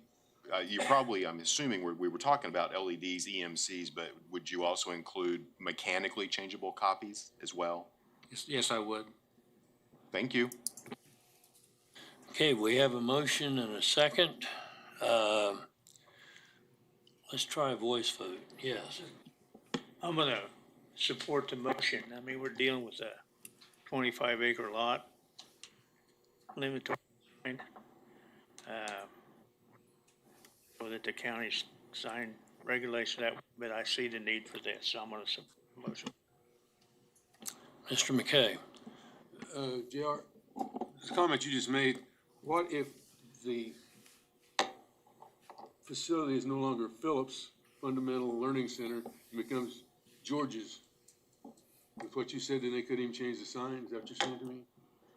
No, sir, it'd be a sign that would have changeable copies. So reader boards, portable signs like that, put on letters, or an electronic LED sign would be the same thing. That was why I wanted clarification. Thank you. Yes, sir. Okay, we have a motion and a second. All those in favor signify by saying aye. Aye. Same sign. Aye. No. Aye. Okay. We have it, what is it, 11 to 1? 10 to 2. 11 to 2, okay. Motion carries. Thank you. Appreciate your time. Okay, that concludes the BZA. Reconvene the Planning Commission. First case we've got to hear is subdivision 2.2. One-step final plan in Ballman 4th Edition, formerly known as Ballman Edition, located a half-mile south of West Pawnee Avenue on the east side of South Mays Road. Neil Straw, planning staff. The Ballman 4th Edition on the east side of South Mays, half mile south of Pawnee. This plat consists of 73 lots, zoned single-family residential. If we can go to the final plat, please. This one-step final plat is the north portion of a sketch plat that was previously approved in June, which encompassed 215 lots on 76 acres. If we can go back to the sketch plat, please.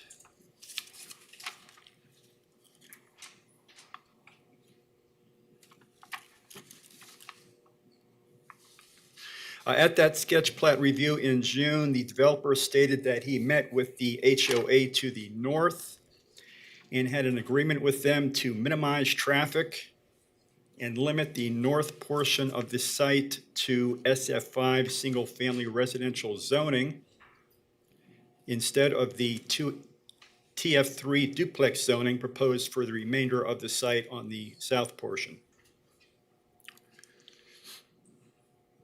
Also, to limit traffic to Yosemite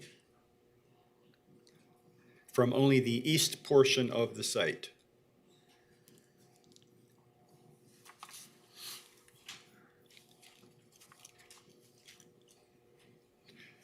The subdivision committee approved the sketch plat with 2 access points for the single-family development, one opening along Mays Road right here, and one to the north along Yosemite, extending to Yosemite at this point right here. Fire apparatus access roads would be needed between the proposed duplex development to the south and between the 2 single-family developments to the north. Again, that was what was approved for the sketch plat. 1 week after the sketch plat review, this body approved the zone change to TF3, 2-family residential, for the south portion of the site, which is not included in this one-step final plat. If we could go to the one-step final plat.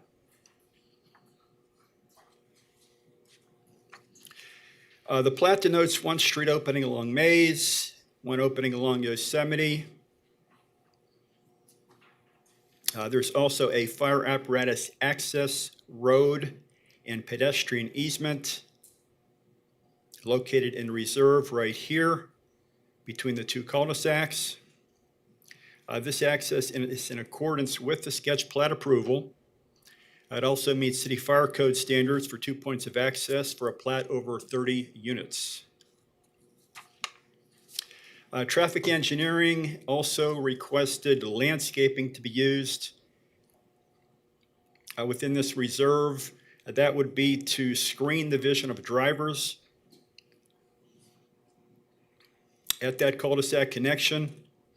The developer informed the subdivision committee that he was proposing a removable reflective panel at that cul-de-sac location, at that cul-de-sac connection. For city fire, there would be 2 pedestrian openings on each side and landscaping outside of that buffer. The plat was approved by the subdivision committee with the condition that the applicant and city fire coordinate regarding the specific type and design of that fire apparatus access at this location between the 2 cul-de-sacs. The vote was 4-2, and one of the subdivision members in opposition stated he felt the issues regarding the type of connection would not have come up if those 2 streets were connected with a public right-of-way. At the Planning Commission meeting 2 weeks ago, the plat was deferred at the request of the agent since the developer was unable to attend. After that MAPC deferral, 2 neighbors contacted me who live north of the plat in the Park Addition. Both had concerns regarding traffic. One neighbor explained that the HOA is in favor of the plat, as was approved by the subdivision committee, because they would be against any public right-of-way connection between the 2 cul-de-sacs, which would increase traffic extending to their subdivision to the north. Also, it would pose a conflict with a bus stop. They told me was located at the Yosemite-Rainier intersection in this vicinity to the north. Again, so the HOA was fine with the fire apparatus access road connection between the 2 cul-de-sacs as shown on the plat. However, another neighbor opposed the plat as he lived directly opposite the easternmost connection onto Yosemite, which was shown on the sketch plat. 2 weeks ago, I was informed by City Fire the developer had contacted them to allow swinging gates for that fire apparatus road connection at this point. We do have staff in attendance today. We did have city staff. Believe that City Fire is online if you have any questions. Oh, I'm sorry, city traffic is here.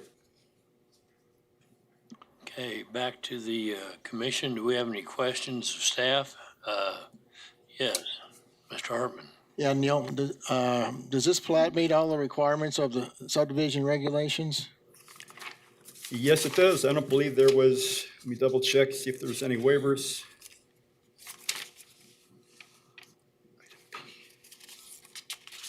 It looks like we did have one waiver.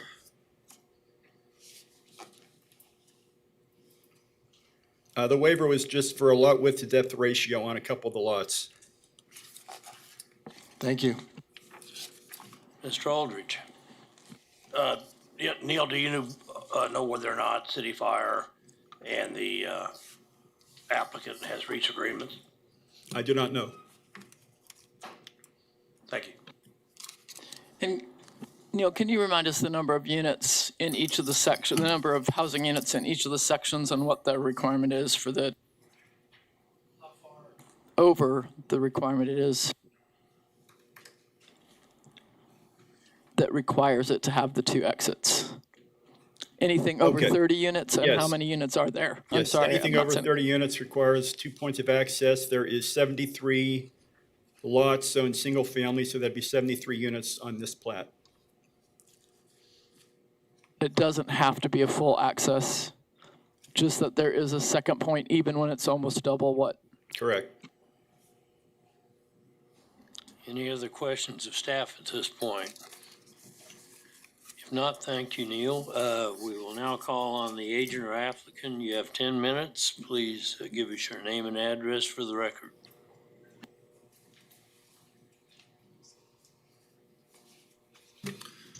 Phil Meyer with Baughman Company, agent for the applicant. The applicant, Jay Russell, is here with me today. If you have specific questions for Jay, both Mike Armour and Chief O'Cades were here at the beginning of the meeting. I know that Chief O'Cades is online now.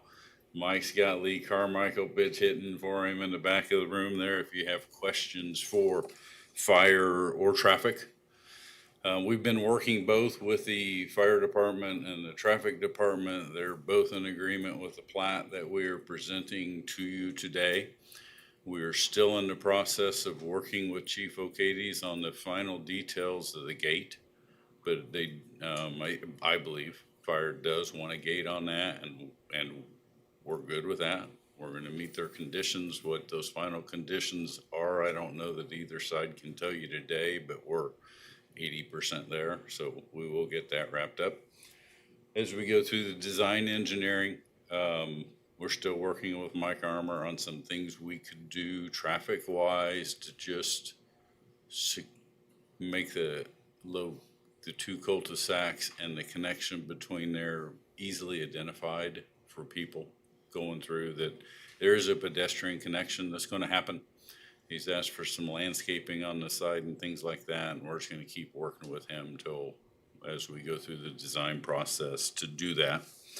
So we would like to ask you to approve this plat as presented in front of you today, the way we have designed it, one in front of you. We will have another street here at a later date. We do meet the subdivision and access management policy on the separation of those streets, and I can go into more detail on that later. I'm going to stop at that point and answer any questions you may have. Or Okay, from the commission, is there anyone that has any questions of the applicant at this point?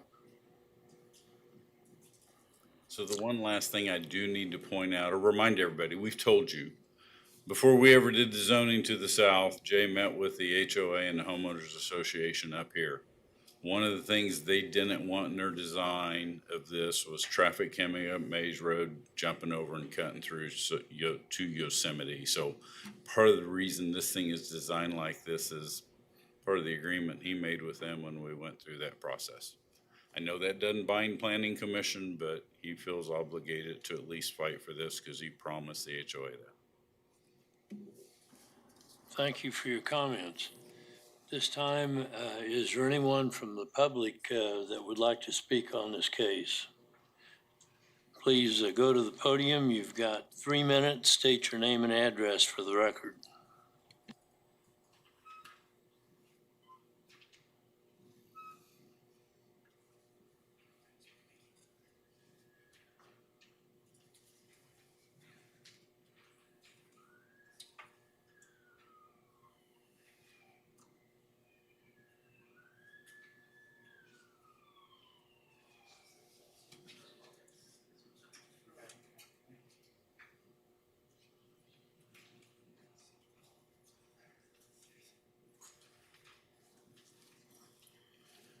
Good afternoon. My name is Mickey Thole. My address is 133 North Ashley Park Court, Wichita, Kansas 67212. I am aware of this area. It actually, the present neighborhood north of Yosemite is very similar to the area I live in. I'm here to, I give away too many pieces.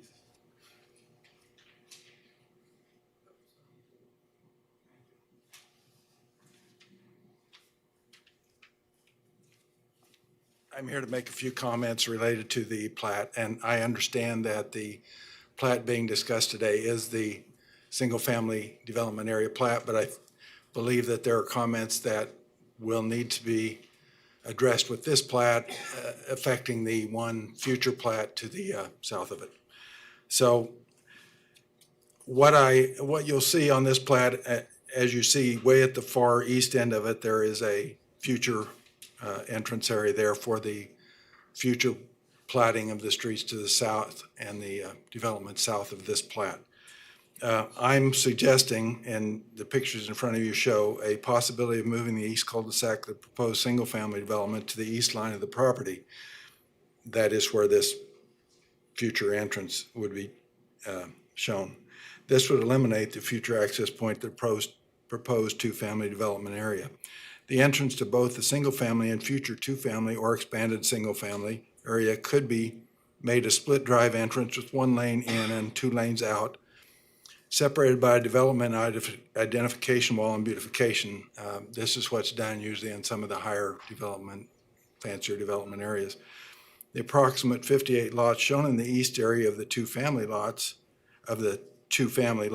this is the future development south, could be revised to approximately 86 or so single-family lots. This change would better mirror the existing residential area to the north of Yosemite Drive and encourage higher-priced single-family homes around the proposed retention pond and the lots backing up to the tree line on the east edge of that development.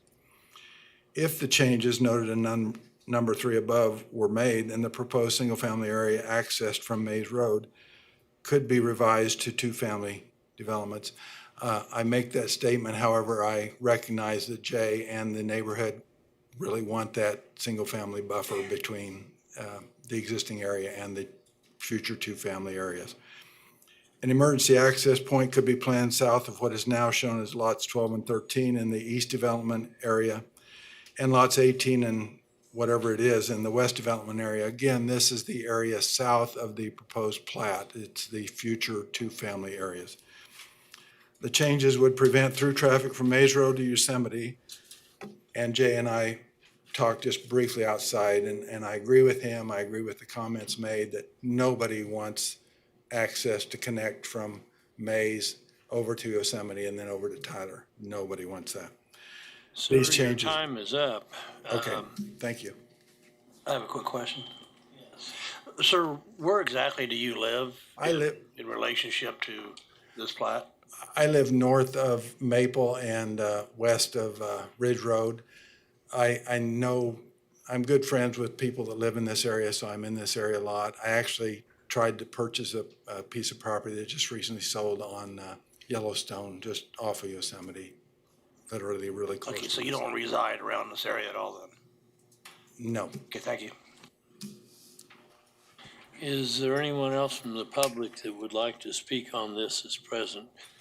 Please go to the podium, state your name and address, and you'll have 3 minutes.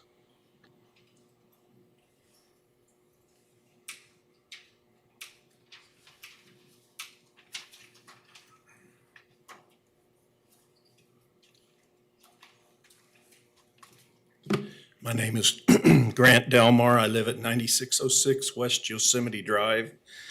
I am the resident that lives right across from the future exit to the far east there.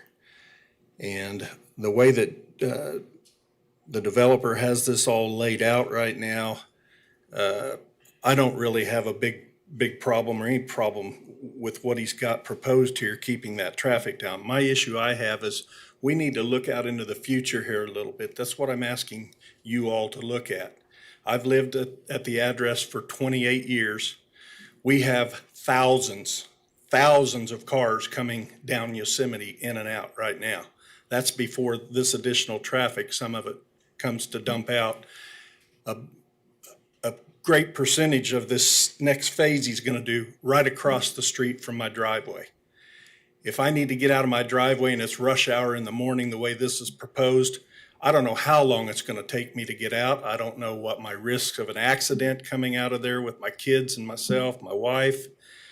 The proposal that Mr. Thole presented would move this eastern cul-de-sac down and defer all that traffic back over and across from, I believe it was Rainier, eliminating all of this traffic from this future area that is going to dump in. Not to mention the traffic. I mean, we're going to have enough traffic coming out of these two cul-de-sacs that's coming in this phase that you guys are looking at. But I don't know, maybe it'll slow some of these cars down that are coming in and out of there at the speed that they come in. You guys are welcome to check with the city. I've had the police department out numerous times running their boxes to give them a count on traffic. It's in the thousands, you guys, in the thousands per week in there.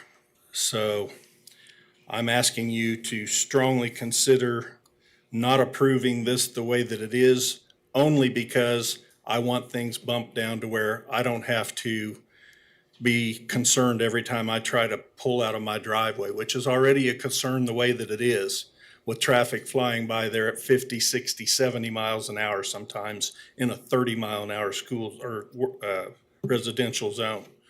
We also have all kinds of wildlife crossing in through there, so I'm just asking for you guys to please consider at least making a little change here on this. It's simply bumping a cul-de-sac. Mr. Russell's not going to lose any lots, I don't think, from what Mr. Thole had looked at and proposed on this. So, thank you. Thank you, sir. Is there anyone else from the public present that would like to speak on this? Please go to the podium and give us your name and address. You'll have 3 minutes.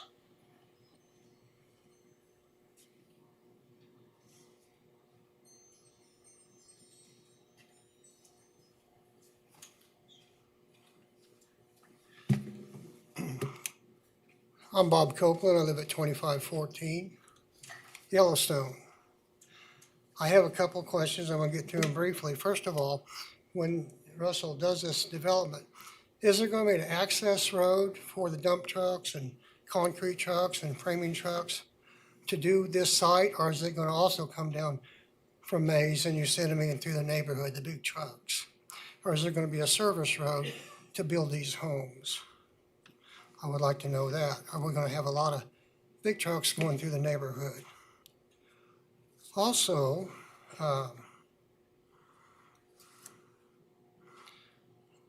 in spite of that, does the access to Yosemite, what's the minimum requirement that would make it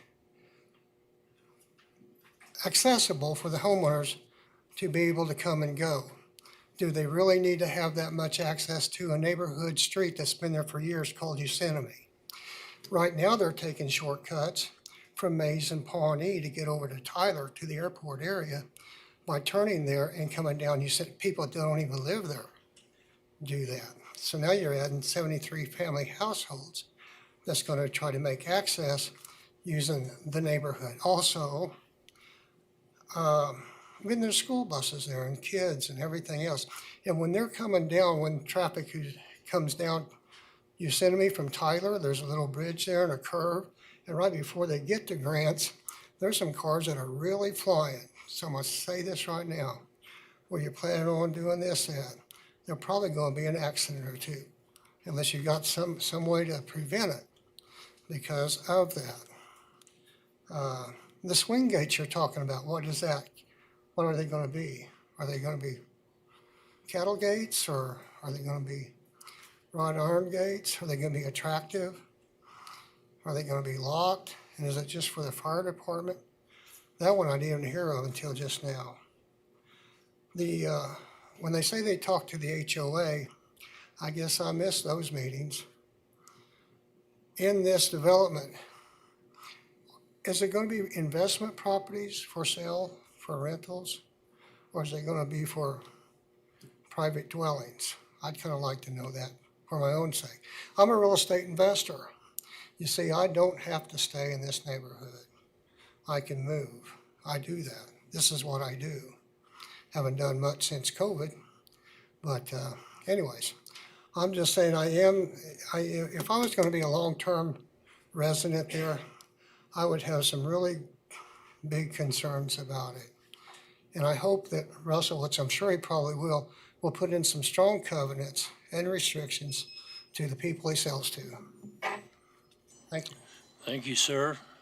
Is there anyone else from the public present that would like to speak on this case?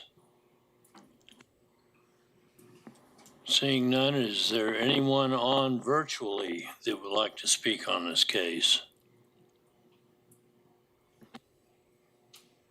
If not, I will bring it back to the agent or applicant, and you'll have 2 minutes for rebuttal.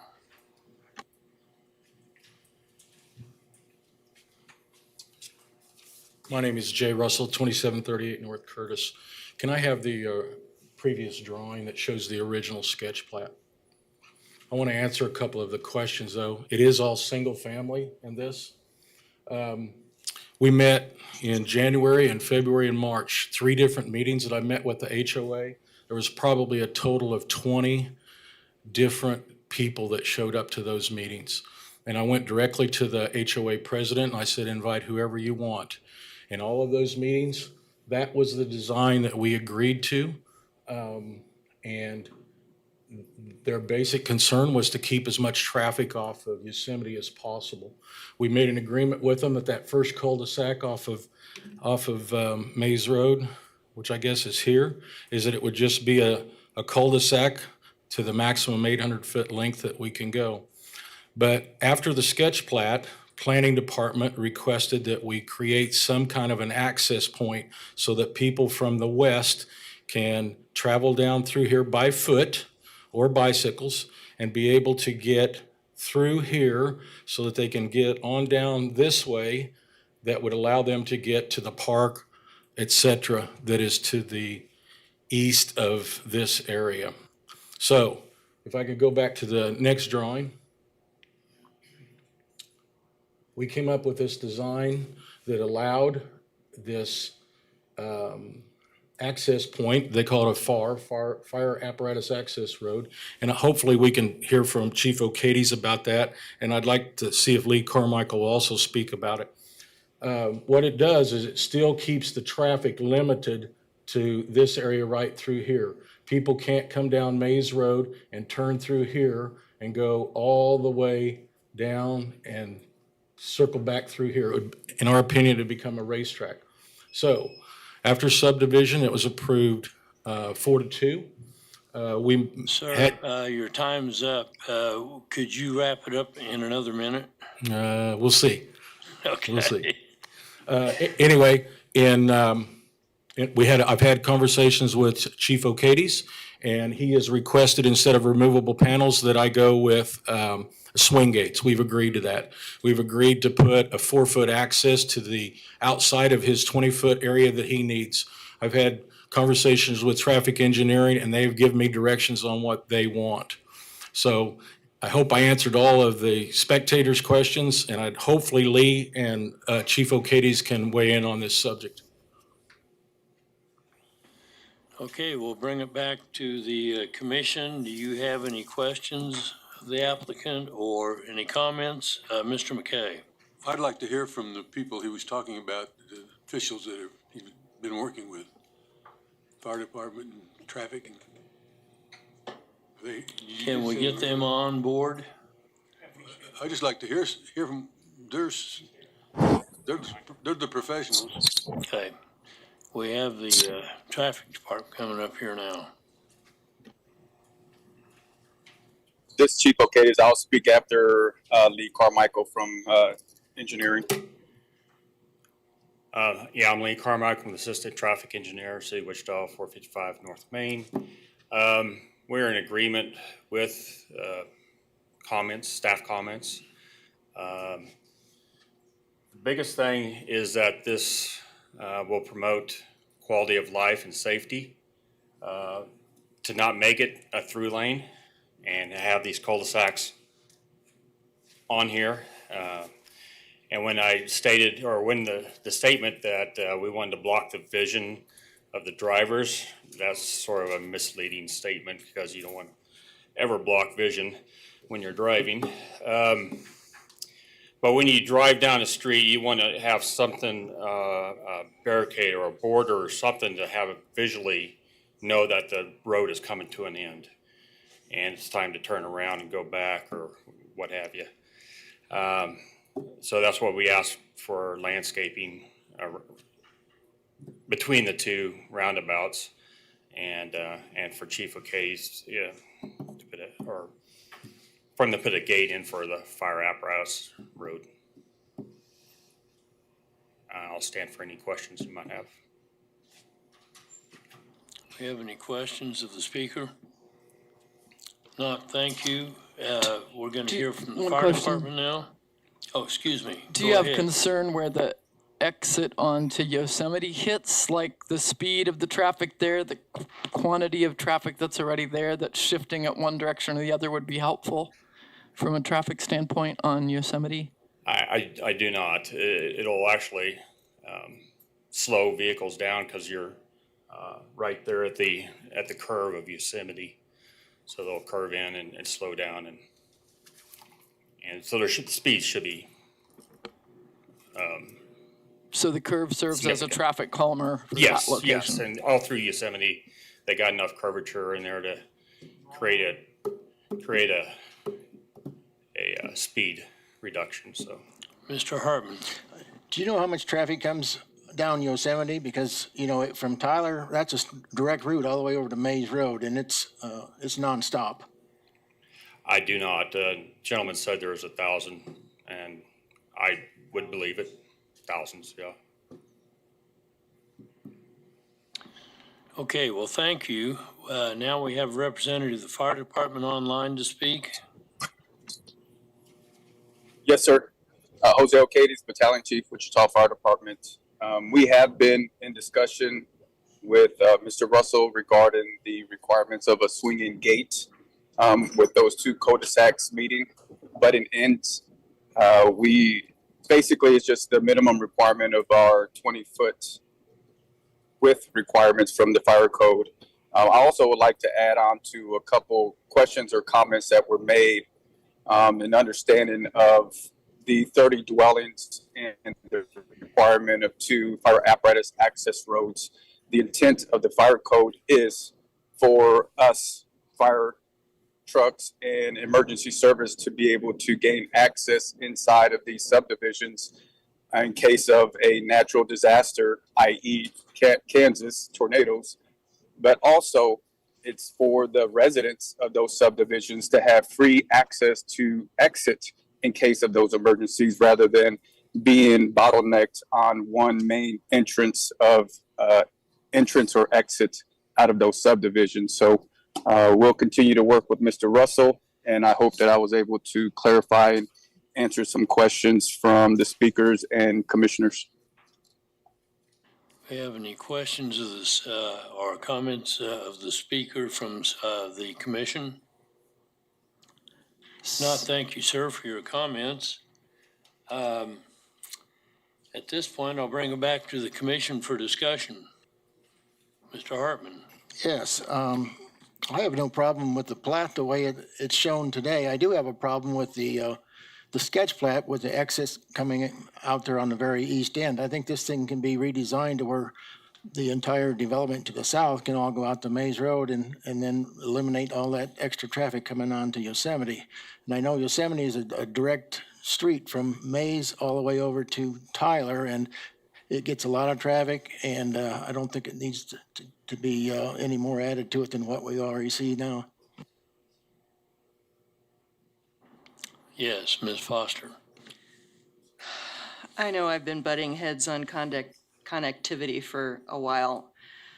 For the visitors here, members of the public who are concerned about traffic, understand sometimes it's a little hard from my perspective to be too sympathetic, because if you get on Google Maps or look at a plat map and follow the pattern of the streets in a cul-de-sac subdivision, all the cul-de-sacs and every house on every cul-de-sac, all the traffic is designed to filter down into one or two collector streets, which then funnel all the traffic from the whole subdivision down to one or two intersections onto an arterial. Of course, you're going to have horrible traffic and horrible traffic jams at those points. They're designed to create that situation. So every time we get one of these plats, it's extremely frustrating to me, because each little plat pushes as far as it can against the regulations to get as close as it can to being as little connectivity as possible. But they are legal, they meet the regulations, so we end up approving them, and the pattern keeps growing and growing.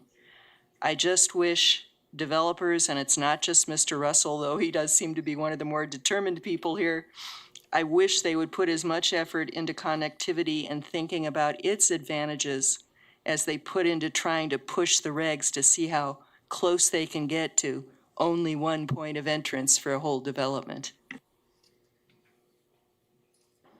Mr. Aldridge.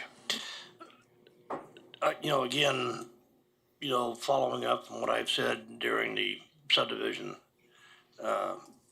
meetings, is that the agent, the applicant, has been working with fire. They've been working with traffic to get any issues that may have worked out. They're doing that,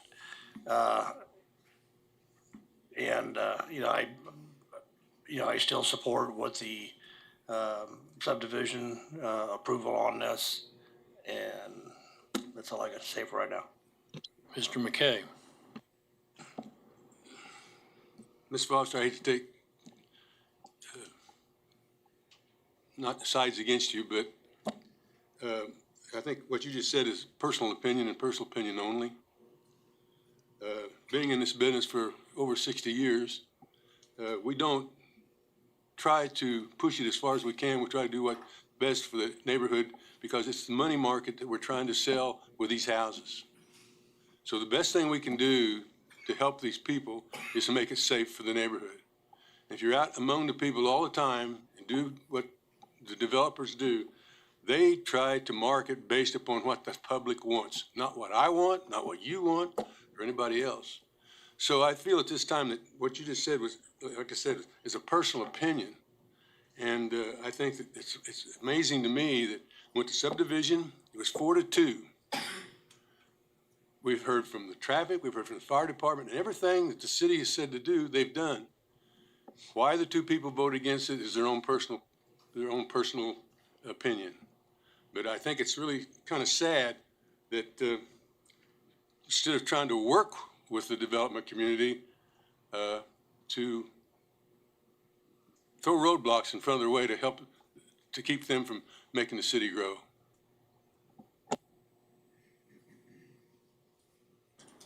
Yes, Ms. Foster. Well, I would just say that all of us here on this board are here to represent the community at large with our personal opinions up to a point. We have to make those personal opinions based on what the regulations are. Having said that, marketing,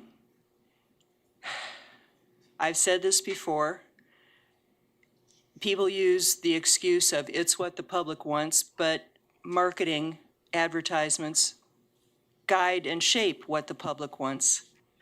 I perhaps am putting too much credit on the fact that I used to live in Florida, where developers do what the public wants and they build gigantic condominiums, high-rises on barrier islands that are basically sandbars. And until there's a hurricane, they're very desirable properties and the market really wants them. That doesn't mean there's smart planning. And I don't think what we have seen here as a pattern of cul-de-sac development is smart planning even though, yes, the market wants it because the market's been trained to want it. Having said that, I will probably vote against this. I will probably be on the losing side. It's been the pattern on this development. But I think we do need to, as a board, start remembering that, yes, we're supposed to work with the developers, but we're also supposed to speak for the community at large and the long-term future of the community and the pattern of development that will serve the long-term future of the community. I'd like to make a personal comment quickly. I will support this motion, and we lived for 30 years in a community that had one entrance to it. There's 120 lots in there, and for the first 20 years, there wasn't any problem. They finally petitioned to put a stoplight on 21st Street, but it works. That's just my comments. Yes, Mr. Warren.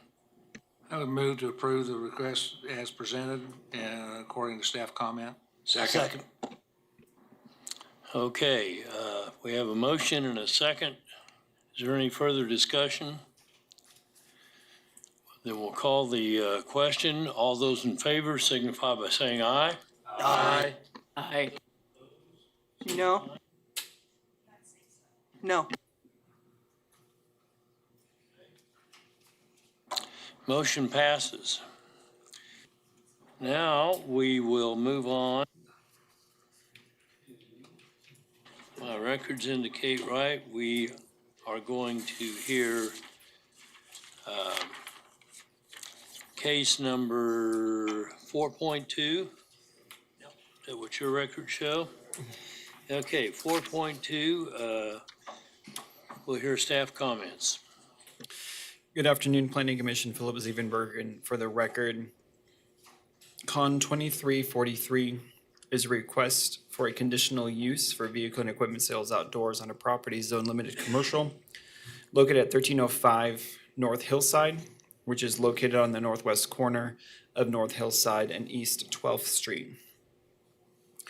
The size is about 1/3 of an acre, and it is currently developed with a vacant parking lot. There used to be a freestanding fast food establishment. That structure has been demolished as well as the sign. The applicant intends to construct a 32 by 32 foot building, which is about 1,024 square feet, which will serve as the office for the vehicle and equipment sales lot if this is approved. The applicant's site plan, if you want to move to that, Paul, illustrates 6 parking spaces for customers and approximately 10 to 15 cars for display. Staff is recommending, if this is approved, that a revised site plan be provided that better illustrates where the display cars are as well as the employee and customer parking. They've got some of it outlined here, but just kind of based on the nature of it, it's just not very clear to that. It's hard to, based on the size of the building and the size of the lot, they likely have sufficient parking based on the regulations of the code. But again, if it's approved, a revised site plan would clear all of that up. Outdoor vehicle sales is subject to supplementary use regulations found in section 3D6X of the Unified Zoning Code when it's in limited commercial zoning. Those are listed in your staff report. A brief review of those. This is contiguous to an arterial street, so it meets number 1. They would have to provide screening per the applicable code, which would be a screening fence to the west. The property is currently secured with safety bollards and a chain link fence. If it's approved, they would have to upgrade the chain link fence to solid screening. The property is paved. They would have to comply with lighting standards. If they provide any lighting, they have to comply with noise regulations. They would comply with the regulation that any repair work has to be done within an enclosed building. They would have to comply with the sign code regulation for the LC district. And they would have to comply with the fact that they would not be allowed to have any elevated platforms for display. Go to the zoning map, please. The character of the neighborhood surrounding it is mostly residential, despite Hillside being an arterial. You do have commercial zoning to the north, but it's developed with a single-family dwelling. Property to the south, across 12th Street, is B multifamily, is developed with a parking lot. Properties at the east across Hillside are zoned general commercial and B multifamily and are vacant. The GC is vacant and the B is developed with a single-family dwelling. Property to the west across what looks like a platted alley is zone TF3 and developed with single-family dwellings. There are no zoning cases associated with the site. Has access to the North Hillside, which is a paved 4-lane arterial with sidewalks on both sides. East 12th Street is a paved local street with no sidewalks. Wichita Transit does provide service in the area and they have access to all municipal services. Regarding conformance to plans, if you go to the land use map, it is in conformance with the future land use map, which identifies the property appropriate for commercial uses. However, when we dig deeper for locational guidelines, general development pattern guidelines, they're not in conformance with. That encourages major commercial and employment centers to be located at the intersection of arterial streets.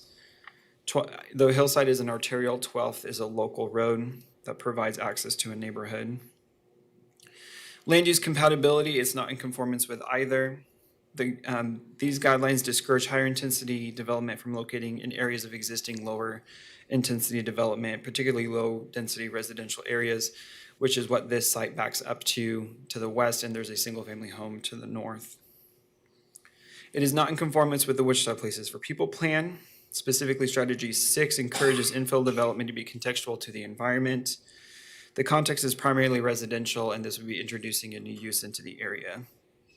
Though it is an area of opportunity, which would encourage public and private investment to help revitalize the area, the proposed use is auto-oriented and does not promote walkable places and facilities in the area. And finally, the Central Northeast Area Plan update has priorities. One of them encourages more neighborhood-serving retail and personal services. And the requested vehicle sales does not fit that description. It's not necessarily neighborhood serving or personal service. If you marry all those together, there could be appropriate commercial uses giving the limited commercial zoning that would fit the bill for all three of these plans that would be more neighborhood serving or for personal services. Ultimately, staff is recommending denial based on the findings in your staff report, specifically number 3, it could introduce light pollution and negative visual impacts to the residential uses. It is not in conformance with all aspects of our adopted plans and policies. Staff has not received any comment from the neighborhood at the time of publication of the staff report. Should the Planning Commission recommend approval of this, staff has provided recommended conditions of approval that are pretty standard. There's not any in there that are usually out of the ordinary when it comes to vehicle and equipment sales. We require a revised site plan to indicate sufficient parking, and the other ones are pretty standard. It would have to comply with the site plan and all other permits and regulations on the site. For the sake of time, I will not go over those unless there's any specific questions. We can jump to the site photos. This is looking north at the site. You can see the chain link fence does have fabric over it that does not satisfy solid screening requirement per the zoning code. Next picture. This is looking south towards a property that's B multifamily, but is a parking lot. You can see a home just south of that. Next picture. This is looking west toward the site, and you can see the single-family homes that are directly behind it. Next picture. It's looking east. This is the GC zone property that's vacant. To the south of that is a single-family residence at 12th and Hillside. Next picture. And I can stand for any comments you have or questions. Any questions of staff on this case? Yes, I just Mr. have Blick. a quick question for staff on screening, with outdoor automotive storage or vehicle sales. I know a lot of, car dealers will put those low bars like a gate. Can they also put a fence on top of that, or can they only do the bar gates and stuff out front? I guess, can you clarify? Oh, out front. Yes. They would need to provide barriers to ensure that any display cars do not encroach into public right of way or over the sidewalk. They are not required to provide screening along Hillside or 12th. Okay. I just seen we approved a couple of them last year, and now they have a fence, plus they have the bars, so that's why I was wondering. I guess nothing would stop them from putting in the bar as well. Any other questions of staff at this point? Is the agent or applicant present? You have 10 minutes. Please state your name and address for the record.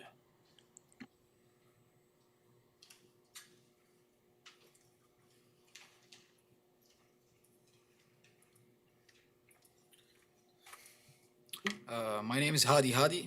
I'm the owner of 1305. I'm trying to purchase the car sale lot so I can make sales and I can make more money on the property. If you have any other questions, just let me know. Does anyone on the commission have questions of the applicant?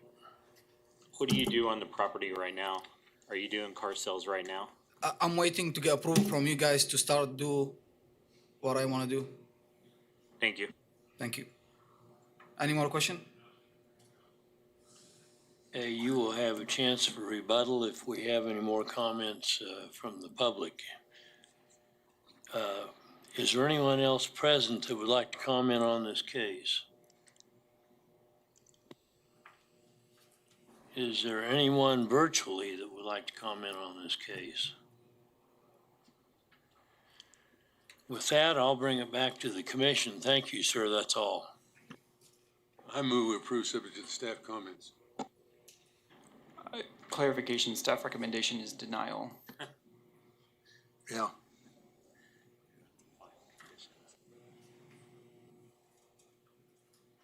All right. That's kind of what I was getting to. So your recommendation is to deny? What the staff Your motion is to deny? for Okay. for denial. I second that. Motion to deny. We have a second? Okay. We have a motion and a second to deny this application. Yes, Mr. Warren.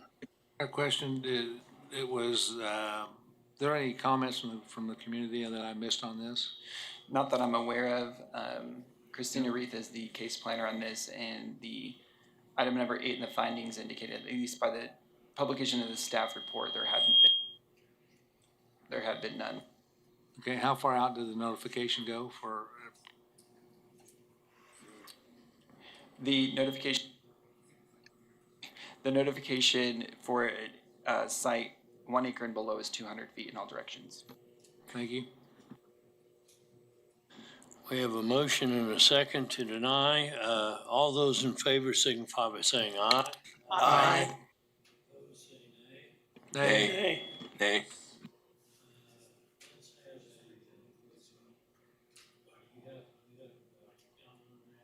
I think we're close. We could have the folks who voted nay raise their hands, please.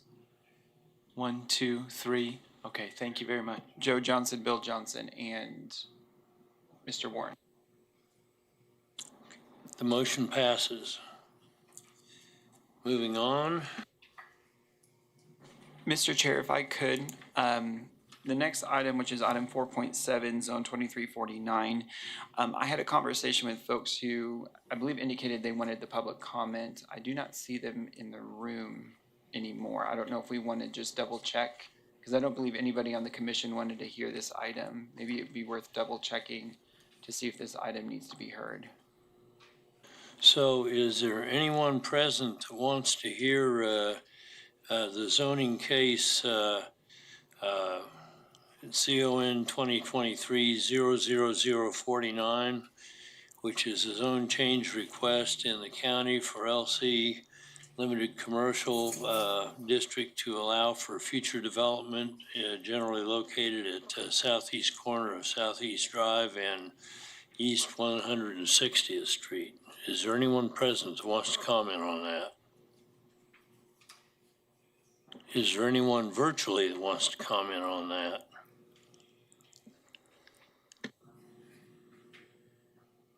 If nobody wants to comment on it, then I think Chairman, we motion will to just approve take a vote on it. 4.7. Second. Okay, there's been a motion and a second. All those in favor say aye. Aye.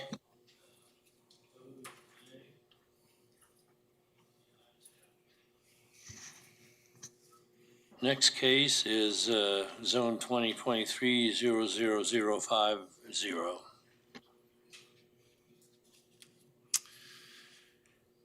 Good afternoon. My name is Brad Etherly, Senior Planner for the department, and we are actually going through two cases today.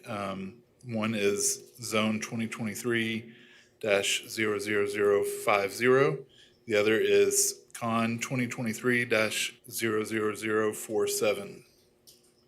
The request before us today is to change the zoning from GO General Office District to LC Limited Commercial District with that conditional use request for a mobile food unit in the city. In other words, a food truck. The property is 0.14 acres and it is located on the west side of North Hillside Avenue and within 275 feet south of East 2nd Street North. The address is 233 North Hillside Avenue. The applicant is requesting two items. The first, a zone change from GO General Office District to LC Limited Commercial District. And number two, a conditional use to permit a mobile food unit in the city. The subject site is a 0.14 acre property generally located on the west side of North Hillside Avenue. It is currently zoned GO General Office. The LC Limited Commercial District permits mobile food units in the city as a conditional use, subject to the supplementary use regulations. Those supplementary use regulations are attached to your agenda report. The requested zone change from GO General Office District to LC Limited Commercial District would permit the applicant the conditional use for the entirety of their property. The applicant is also requesting the conditional use as a principal use on the property in conjunction with the applicant's plans to utilize the existing building as a restaurant. Both the restaurant and the food truck will be considered principal uses on the property. Can you go to the site plan? Just wanted to point out here, this little rectangle, which is where the applicant has proposed the food truck will be permanently situated on the property. If approved, the conditional use would permit the food truck to be placed on the property at all times, provided that the space on which the food truck is placed does not take up any required off-street parking spaces for the restaurant. The applicant's proposed site plan shows that the food truck will be positioned in the northeast corner of the subject site. I want to speak regarding, if you can go to the aerial view. So this parking lot to the south plays into this request. This parking lot is owned by the owner of the subject site and then the three sites to the north. They equally share 1/4 of the parking lot. There are 24 spaces, so each owner is given 6 spaces to work with. That includes the 5 spaces that are out in front of his property, the building. So that would come to a total of 11 spaces that he has access to.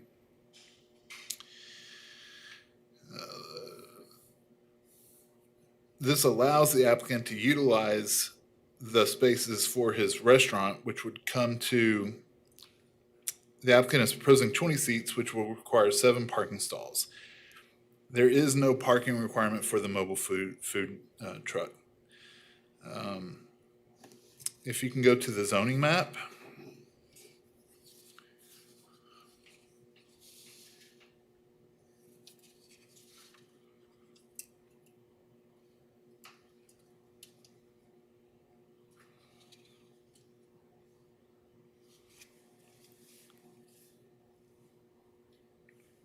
Paul, can you go to the zoning map?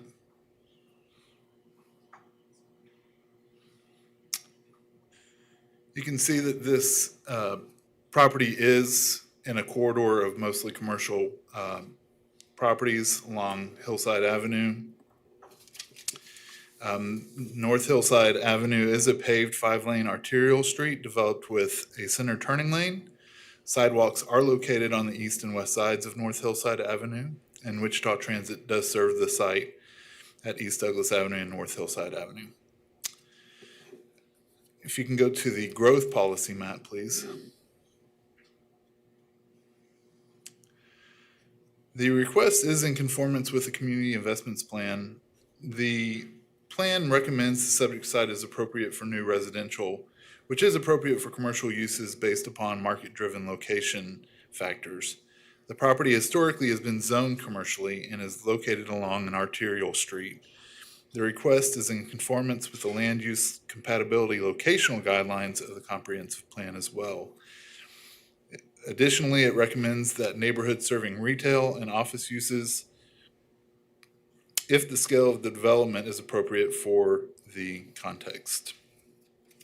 The staff does not anticipate a zone change to LC and the uses permitted in the LC to have significant adverse impacts to surrounding properties. The request is also in conformance with the Wichita Places for People plan.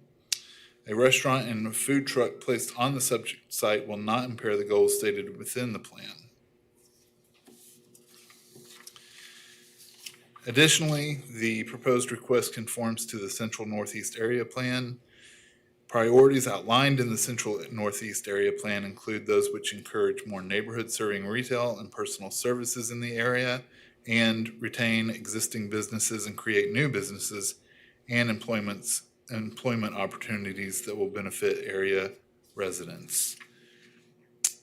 Staff did receive a phone call and then additionally an email from one citizen who had concerns about parking and site access and throughness. We also received another email from a neighbor that was concerned about property values. Those should be in front of you as well. Planning staff does recommend that the requests be approved subject to the conditions outlined in the agenda report, and I can stand for any questions. Yes, Mr. Aldridge. If the applicant wished to put a trailer there, would that be allowed? It would have to be a food truck, a mobile food unit, whatever the definition of the mobile food unit would be. So I think you're splitting hairs, basically. Would it, anyway, doing this, if this is approved, would that have any negative impact or on their parking requirements, or there wouldn't, or this wouldn't be enough to even? Specifically concerning the mobile food unit, there is no parking requirements for that. Now, if they have the restaurant as well, they would be required to have 7 parking spaces. Considering that they have 5 out in front of the building, plus the 6 to the parking lot to the south, they've got more than enough to meet that responsibility or requirement. Other than that, the mobile food unit is not in question. Okay, so if this is gonna be a permanent fixture, why don't they just add on to the building instead of just, you know, because it's no longer gonna be mobile, Yeah, correct? that would have to be a question for the applicant. Yes, Joe. I have a question. Who owns the other two buildings? Well, there are actually 3 buildings, it seems, and they're under separate ownership. I do not know, I believe one of them is here today, but I do not know the ownership of the other 2 buildings. Because I assume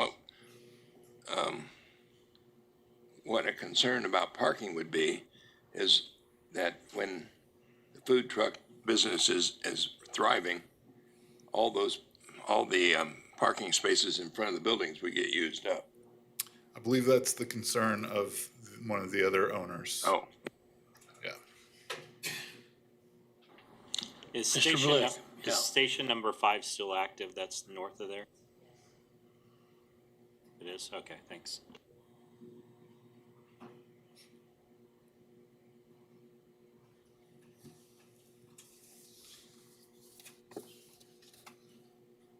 I will state, I do have site photos. I forgot to do them. This is my first time. So if we want to go through the site photos, I'm more than welcome to do that. If you can go to the site photos, please. Thank you very much. I was nervous 3 hours ago, but now I'm not. So this is viewing from the south boundary of that parking lot where all 4 owners own, and it's looking north into what used to be a dental office and is being proposed as the restaurant. If you can go to the next one.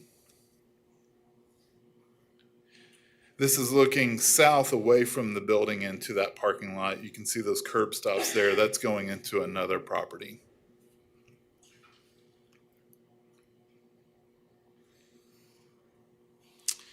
This is looking east away from the property onto Hillside.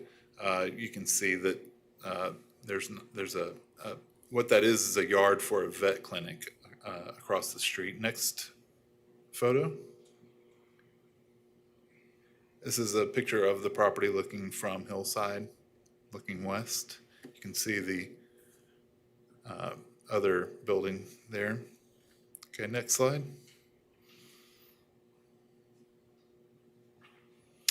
And this is a little bit further back in front of some of those other buildings. You can see the sign to the left and the access entry there just behind that truck that's on Hillside.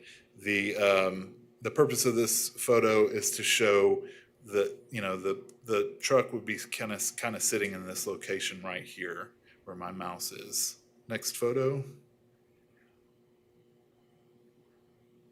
Okay, so if there are any other questions at this point, I can take them. So, thank you. so there's no Good job. requirement for setback from the property line? is As that long right? as it's on the property, it's fine. Really? And not taking up any spaces for, That's that are because, required for the restaurant. that's because it's portable? I would assume so, yes. Okay, thank you. Now we'll call the agent and applicant or applicant. You have 10 minutes. Please state your name and address. Do we have one?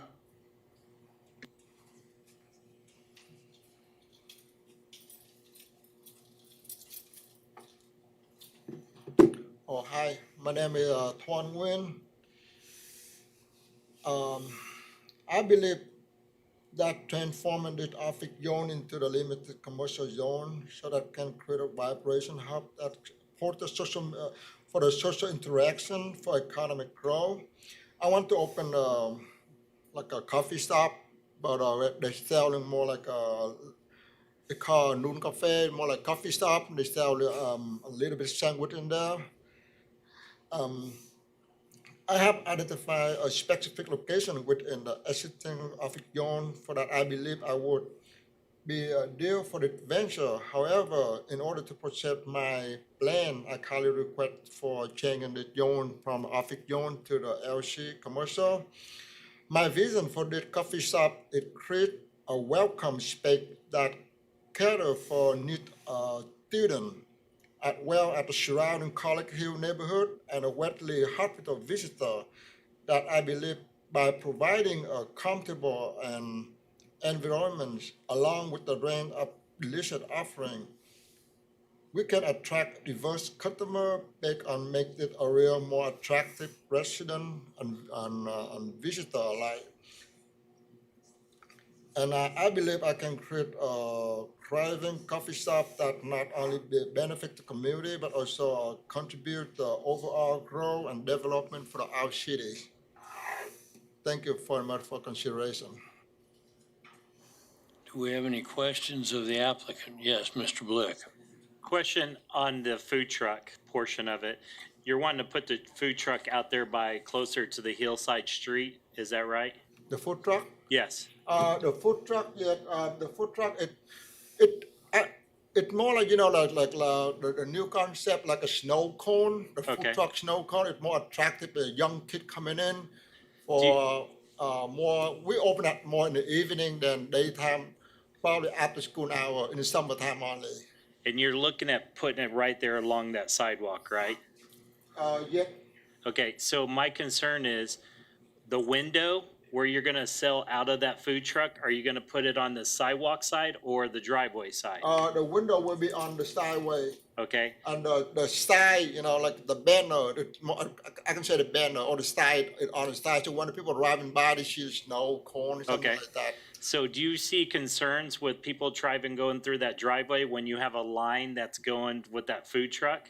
So if you have a line that's going out from that window in that parking lot, and you got people trying to drive through that parking lot, do you see that that might be a concern or a problem where a kid could get hit or something in that parking lot? So normally the snow cone, they have two windows for you to look around. Okay. Yeah. You can see, I can actually, if I sit inside, I can see the car with driving by the other side. Right. And for security, I like to have more windows to look around either. Okay. Do you think it would be better to have the food truck on the side of the building instead of in that driveway where the parking lot, where someone You mean on the side over here? over on the other side, the south side? The south side over Yes. Yeah. here? We're gonna put a small patio out there, like an outdoor patio. Okay. And our food truck is pretty small. It's like the size is pretty small size, like 5 by 8, the small one. Okay. Thank you. Thank you, sir. Any other questions of the applicant? So I just want to clarify, so this is a snow cone it's a snow cone truck. A snow cone and a boba tea and coffee. Yeah. Thank you, sir. Yes, Mr. Aldridge. Now, you're looking at using this as a permanent extension of the building that you're wanting to open up to, correct? I'm sorry, I can't hear your question. Okay, are you looking at, you're gonna be opening up a coffee shop or a restaurant in the building, right? This building will Yes. be a coffee shop. Because the coffee shop we're selling like a little sandwich in there. I couldn't say it's the restaurant because when you say restaurant, the people are gonna dine in, right? And you have to order under the waiter to serve you, you're cooking. But we're more like between a coffee shop and restaurant. Okay, but you're looking at having your snow cone as permanent fixture there, right? Yep. Okay, so instead of just doing a patio, why don't you just extend, if you can do that by permit, go ahead and get and extend that instead of doing this. I think this is gonna be a hazard. I'm sorry, I'm not really clearly understand your question. Instead of putting, Patio? well, if you wanna do a patio, that's fine, but why don't you just extend your building right there instead of doing a mobile unit, which isn't gonna be mobile, over there, because I think what you're looking at doing and where you're looking at putting it, I think that's gonna be hazardous. You mean put a mobile area? Yeah, I would love to put the mobile somewhere like where the white car is gonna be, but, I would love to put it right here if I can. So I have more room for people to get in. all right. Okay, well, thank you, sir. Is there anyone from the public here that would like to speak on this? Yes, you have 3 minutes. Please state your name and address.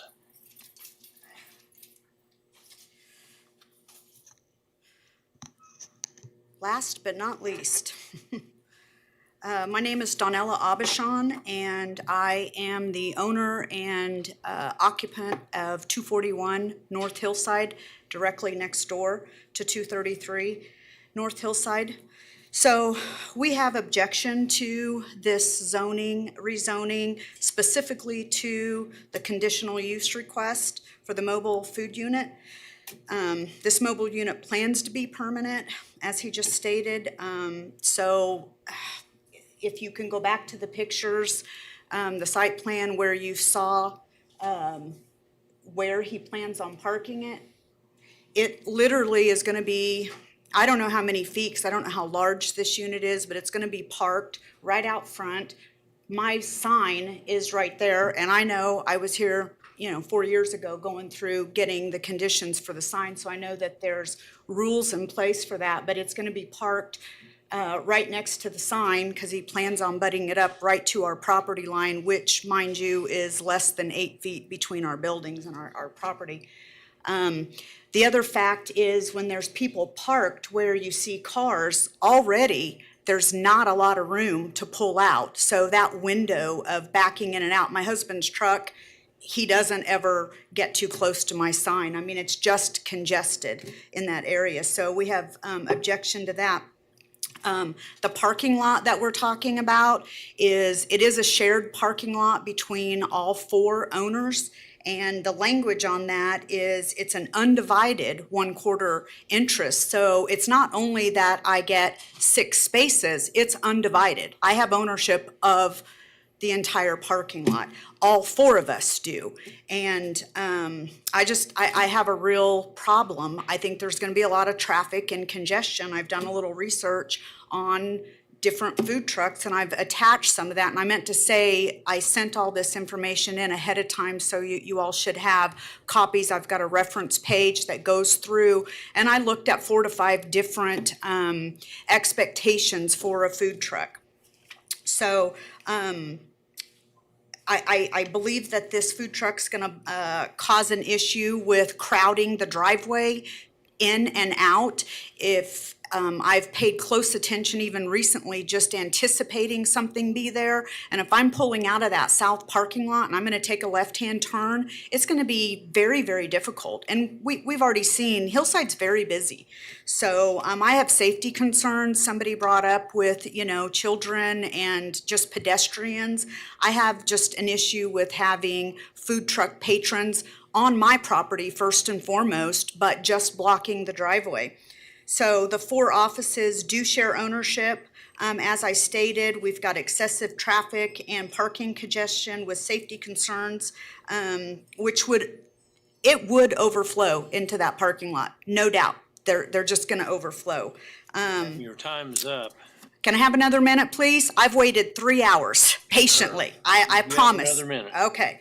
2 of the businesses on the premises provide healthcare services. Dr. Lee sent in his information.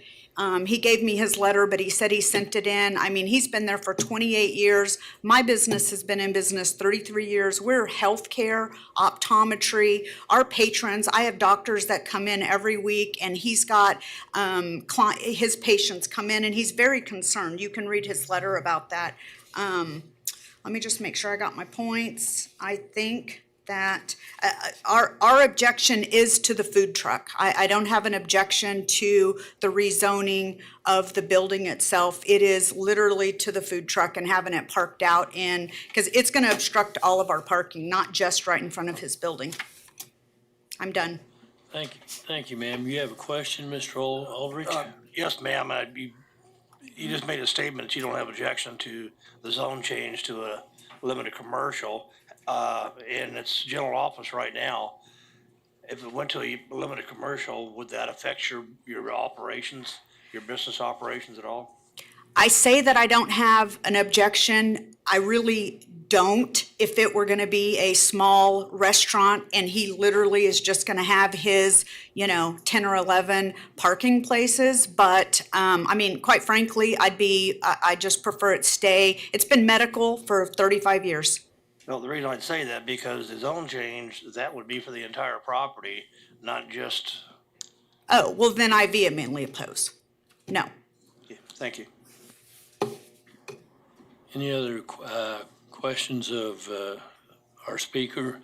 Thank you, and thank you for your patience. You bet. I've learned a lot today. Yeah, yes. You have 3 minutes. State your name and address for the record, please. So, good afternoon. My name is Steve Abishon. I live at 14804 Southwest Prairie Creek Road out in Butler County. So, my relevance here today is the owner of the property. Next door is my wife. I am the handyman by default. So, a couple things I would like to point out.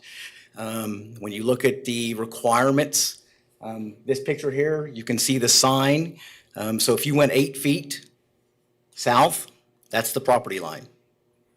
You only have roughly 30 feet from the sign to the entrance to the parking lot. I believe that the city regulations are 6 feet-ish off of the entrance to that parking lot. That leaves you 12 to 14 feet. It's a very, very small space. The other thing that my wife did not articulate, putting something permanent there, she has a big investment in her business and her sign for people. I've learned a lot about signs today, about signs directing to businesses. We have a concern that a permanent structure right there would impede the visibility of that sign. When that sign was put up, my wife worked with the fire department, with I believe it was Firehouse 5, to have the city do some tree trimming so that we'd have visibility to her sign. So I drive a pickup. It's very tough. I would tell you on any given day, you have the mail service, you have UPS, you have FedEx, and if there is ever any type of commercial work, whether it's roofing or delivery, that parking lot gets very congested. So thank you for less than 2 minutes. Appreciate it. Thank you for your comments. I don't see anyone else here present from the public. Is there anyone on virtually that would like to speak on this case? If not, I'll bring it back to the applicant. I have a question.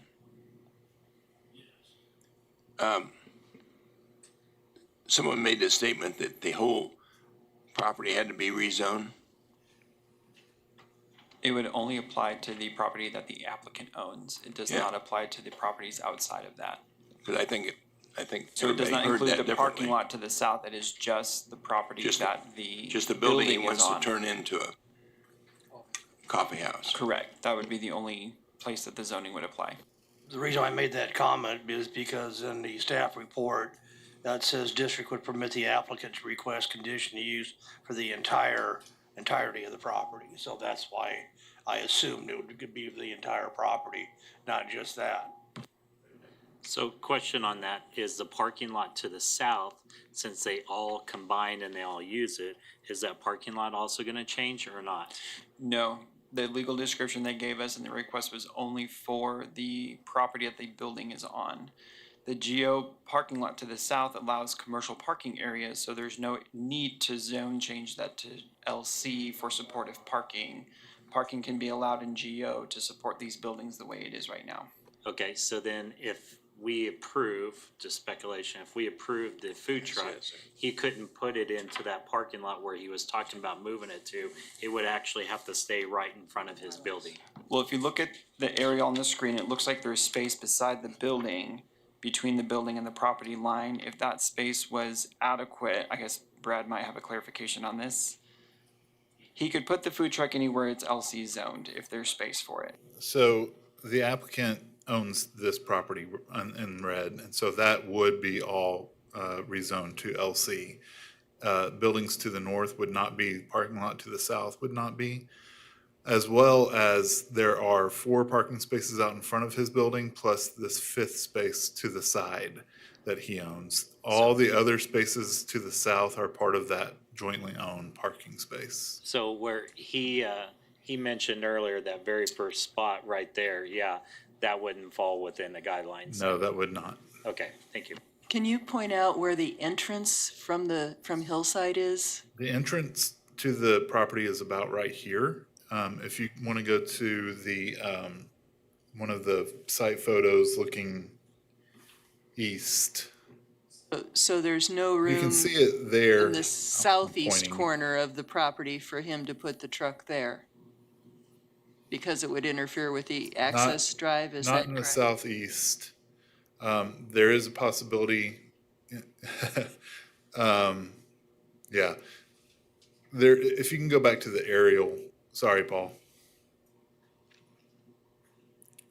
Yeah, there is the opportunity if he said he wanted to put a patio here, but if he wanted to put the food truck there, then he could.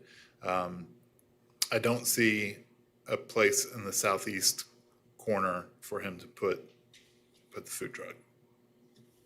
Thank you. Okay, at this point, we have, the applicant can come back for 2 minutes of rebuttal. Would you like to, applicant, would you like to come back and talk about what's been said?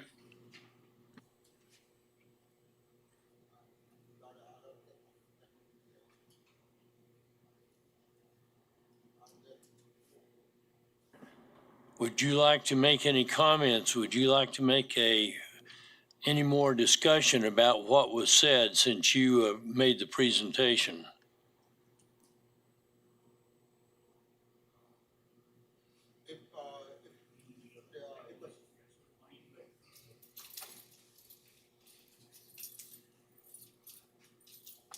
Yeah, if the food truck, it make the problem, so I don't mind to remove my food truck away. I don't have to go with the food truck. Yeah, Okay.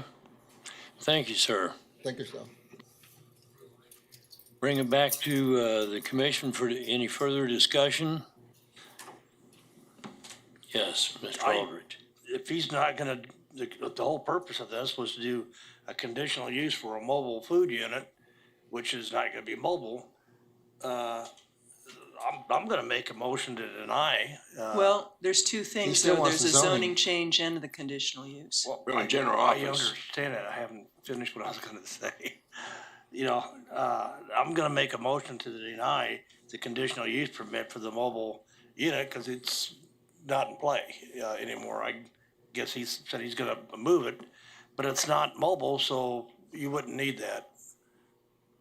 And then I guess we need a second motion for the zone We have a change. second to that motion. I second it. Okay, we have a motion moved and seconded on the floor. Any further discussion on that? Mr. Warren. Could we move to approve but eliminate the mobile unit from the equation? Yes. I would make a substitute motion to approve the request, eliminating the possibility of a mobile truck, but no food on the property. I think Yeah, that's what Scott. Bob was getting at. We need a clarification here. Yeah, I'm sorry. I think everyone's trying to get to the same place. It's just a matter of how we get there. I'm looking at Jeff to provide some clarification on that. Yeah, I would prefer 2 motions because we have a zoning change and then a conditional use. And so I'm trying to just make 2 motions to be simpler and more clarification for that. Okay, I'll go back to my original motion to deny the conditional use permit for the mobile. And I second that. Okay, we have a motion and a second. All those in favor say aye. Aye. Those say nay. Motion carries. Motion to approve the original use of the property. Now I got a question. I guess, do we still need to make, I mean, is it still, what do I want to say? Does it need a zone change still? Yeah, I make a motion, we change from GO to LC. Second. All those in favor say aye. Aye. Those say nay.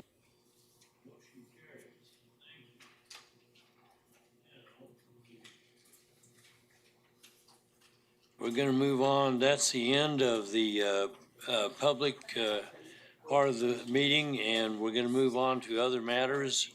And I'm going to call on Scott at this time Before we to go- talk about it. before- I got a little concerned about a case we had today. That garage that was built, they came in front of us 3 or 4 months ago, and we directed them to get a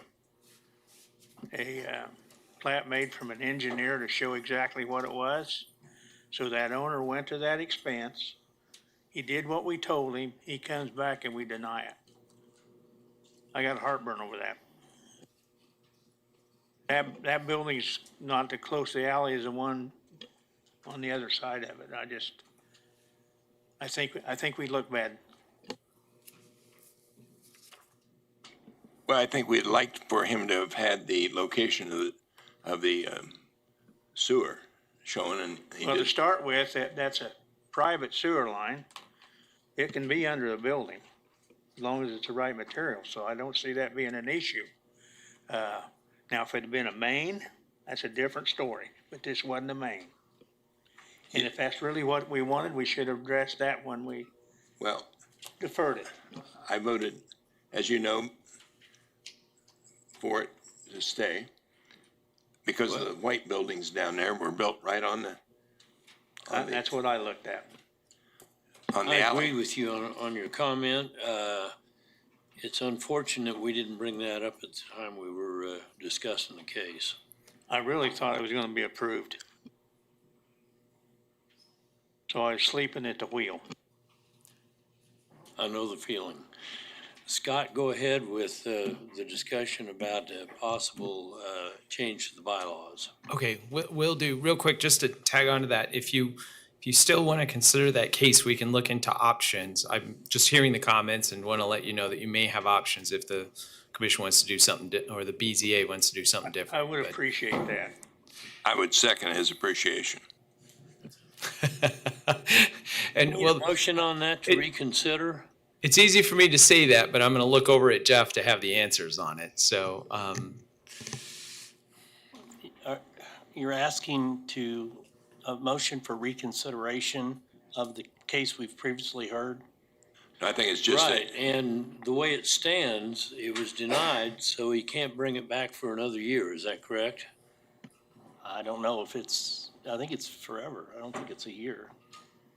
But this is not under a variance. It's not a changed circumstance type of situation that the code contemplates a year or 6 months. So under Robert's rules, if a motion to reconsider is made, it has to be done in the same hearing it's recommended as opposed to another hearing. But in this particular case, since it's, in essence, there's nobody else here, you're going to have to renotice the entire case and start over again if you do this. Even though there were no objections and no one spoke on the case? I think what we're after is just asking Scott to go back and do some research and then bring something back to us if there's any way to work around it. I don't think you can do that unless you have a motion for reconsideration, but like I said, you're going to have to, I think you're going to have to renotice it and come back with I'd whatever make a these motion to options might be. reconsider it as long as it's legal. I guess one of my concerns would be, though, he was bringing that to us under the premise of being a shed. And in the process of that conversation, it wasn't really a Right. shed, it was an accessory dwelling. It That'd be would a separate require a case. conditional use, which he's not filed. So the problem would be the implication that if this was approved, that his intended use would also be approved. You'd have to make it very clear to this gentleman that a conditional use is required if he's going to utilize it for residential purposes. That wasn't part of the Mr. Johnson's request. motion. That wasn't part of the request. And, we can't file that for him, and he could be notified, and he could file for conditional use. And if there's Well, that's, Well, not having a building permit for a garage is one thing, not having one for a dwelling unit really is concerning to me. I don't think I don't think it was clear that that's what he said or meant. I think if I'm remembering the words precisely, the question was whether it was going to be used as part of the garage or as Living, I asked the question. I living. asked him if it was gonna be used for a garage or for living conditions, and he said they needed. May I ask you Residential as something? We're on opposed the to living. record, and I'd rather not debate this because it's subject to being appealed to district court at this point. So it's either we do a motion for reconsideration or we Which I drop did. it for, then Okay, it's so up to just the so I'm- chair, but I don't want to have continued discussion on it at this point. I agree.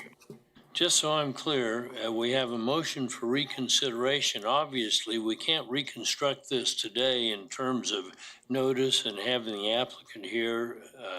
So we're just going to make a motion for reconsideration. And a second.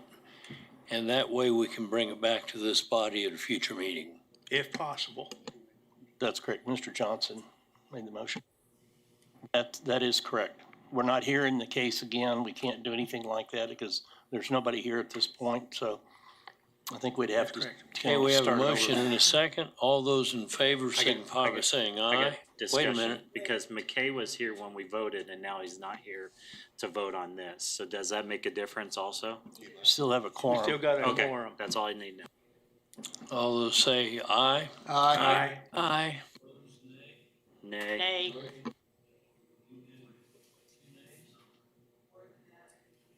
Let's do a roll call.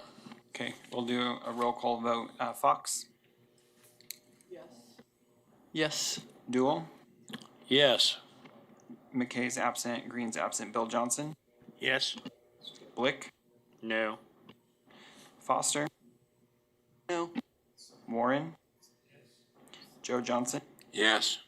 Miles? No. Hartman? Yes. Aldrich? No. Williams Bay? No.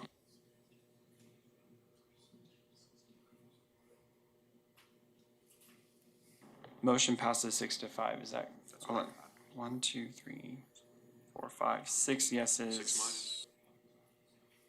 Motion passes 6-5. Procedurally, there's two ways to go about this at this point. Now that there's been a motion for reconsideration, you know, I'm saying it has to be re-notified, so you could do a deferment to a date specific to give give staff time to do the 20-day notice and notify the applicant of this. Because if you just do a date certain, under the code, you don't have to renotice it. But I am concerned for due process purposes, but Procedurally, we have an application deadline coming up on Monday for the first meeting in November. So that would, we've got all the required materials for notification. We could just add it to the list for the first meeting in November. Yes. I'd also Bill? like to add that you get with the applicant so he understands that this is strictly for a garage, not a residence, not none of that. That would have to come back as a separate case, because I don't want to get off on that tangent with this group.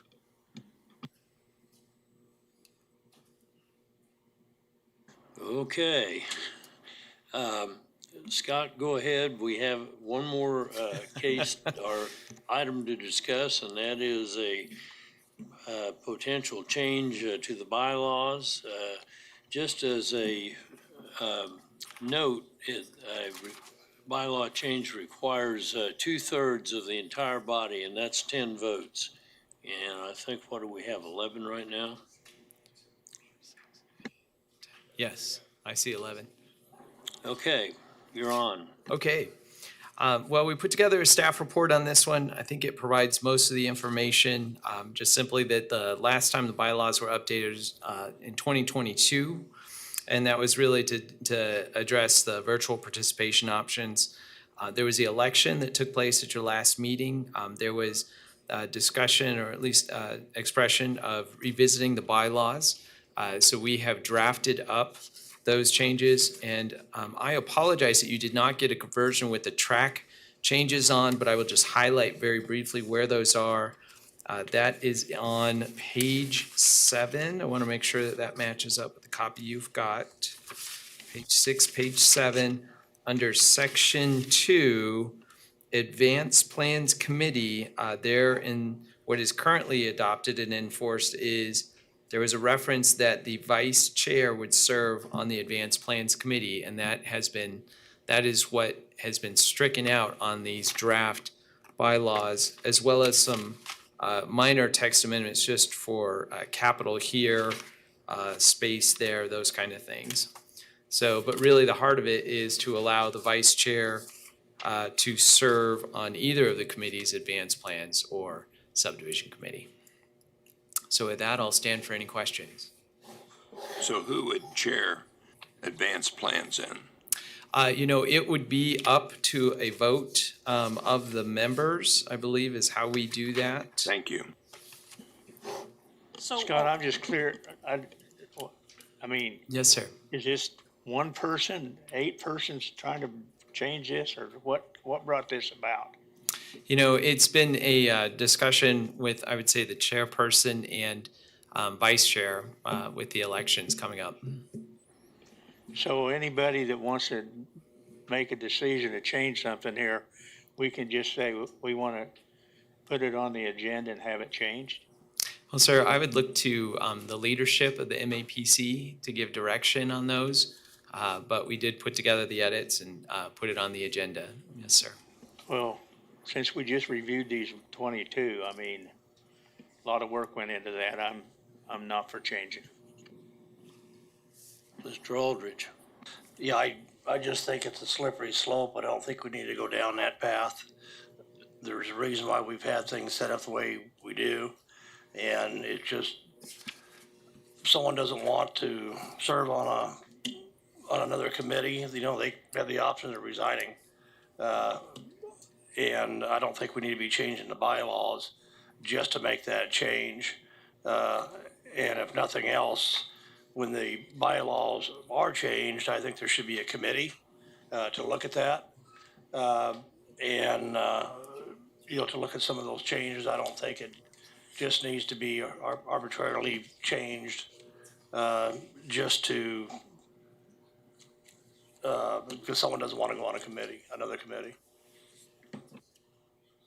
Do you see any benefit of having the committees comprised of folks that have more skills or background in an area that serves that committee well? It's got nothing to do with it. What I'm looking at is the way the things are set up. And there's a reason why it was done that way. And just because someone doesn't want to go from one place to the other, we change the bylaws. I just think that's setting a bad precedent to do that. And I just don't think we need to go down that path. As I understand it, it wasn't a case of just not wanting to. It was a case that person was chairing the subdivision committee. Is that correct? Sure, but let me just say that I agreed to bring this before the body so that we could hear this out. And I'm not taking a position on this one way or the other. I think we need to have discussion and move ahead.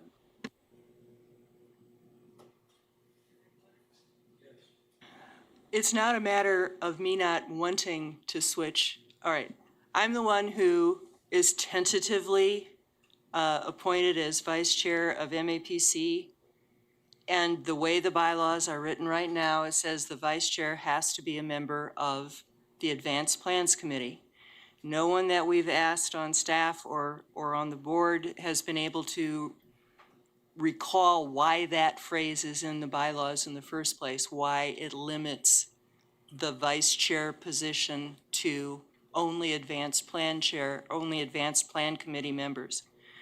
The problem is that unless something has changed since Mr. Nix and Ms. Fox switched, nobody on advanced plans wants to switch with me and serve on subdivision.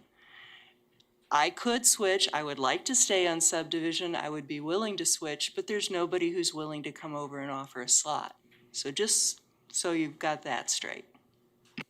I understand that, but what I'm saying here, I think we need to strongly, look at making any changes to the bylaws. I don't think it needs to be done the way it's been presented. I think there needs to be a bylaw committee to look at things. I just don't think it. The other thing, the chair is the one that's going to select who's on what. That's So exactly it's been- right, and I it's- need to weigh in on that because, That's the way it's first always of been. all, we have some commitments in the bylaws that we have to have a balance between the city and the county on each of these.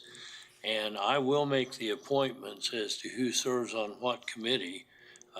And if anybody wants to change or would like to, I'd appreciate it if you'd let me know, because we have 30 days, I believe, since I took over as chairman to make that decision, and I intend to make it in the next few days. So, I do want to just say that I've been willing to go back and forth as needed, and if that's something that you know, I've served as a substitute or something like that for a subdivision now, but I'm always flexible with moving back and forth to these committees if needed. would you be agreeable to move to subdivisions? Certainly, I'd be happy to do that. Okay. I think The we other can thing make I'd that like to- work out. The other thing I'd like to say, I'm not a house builder. So ever since day one, 27 years ago, I never felt like advanced plan was that important to me. Once I was appointed to go over there, I was totally amazed at what I learned. So I had blinders on, and I'm glad I got to do it.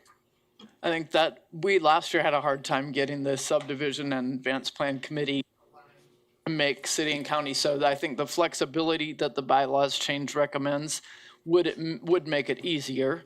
That doesn't mean it can't work, but, and I think with as I understand, we have changed where there's no remote option. Is that accurate? So that might make we haven't changed that yet? Okay. That could add to the difficulty to get a quorum potentially. So that's just another consideration. And basically, if you wanted to stay on subdivision, you just wouldn't take your appointee of assistant on the full planning commission. There are other options, but I will work out the balance between subdivisions and advanced plans. I think we need to take action on this motion that has been presented to us and move forward from there. I will make the assignments. I don't think a motion's actually been made. And just in the event a motion is made to do something with the bylaws, it requires a 2/3 vote of the commission, which means there 10 of the 11 here present would have to vote in favor of it for it to pass. Right.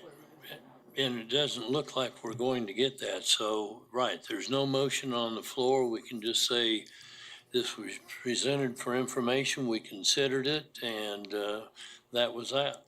Yeah, no action taken. Can I ask a question? On this background, on the first statement on September 15th, 2022, the Planning Commission approved updates on the bylaws that had to do with virtual participation. Is that 2023 or is that truly 2022? That was in 2022, and this is the changes to the bylaws in order to allow us to take off the emergency meeting on all of the agendas, because that's how we were offering the virtual participation option. Now, there's no changes that are currently drafted to changes in the bylaws about the virtual participation. It's in there. It's been in there since 2022 as an option.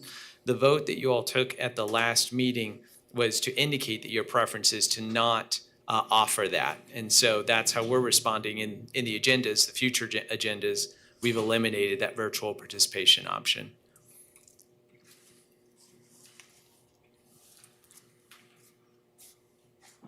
Okay, is there any further business to come before the Planning Commission today? If not, we stand adjourned.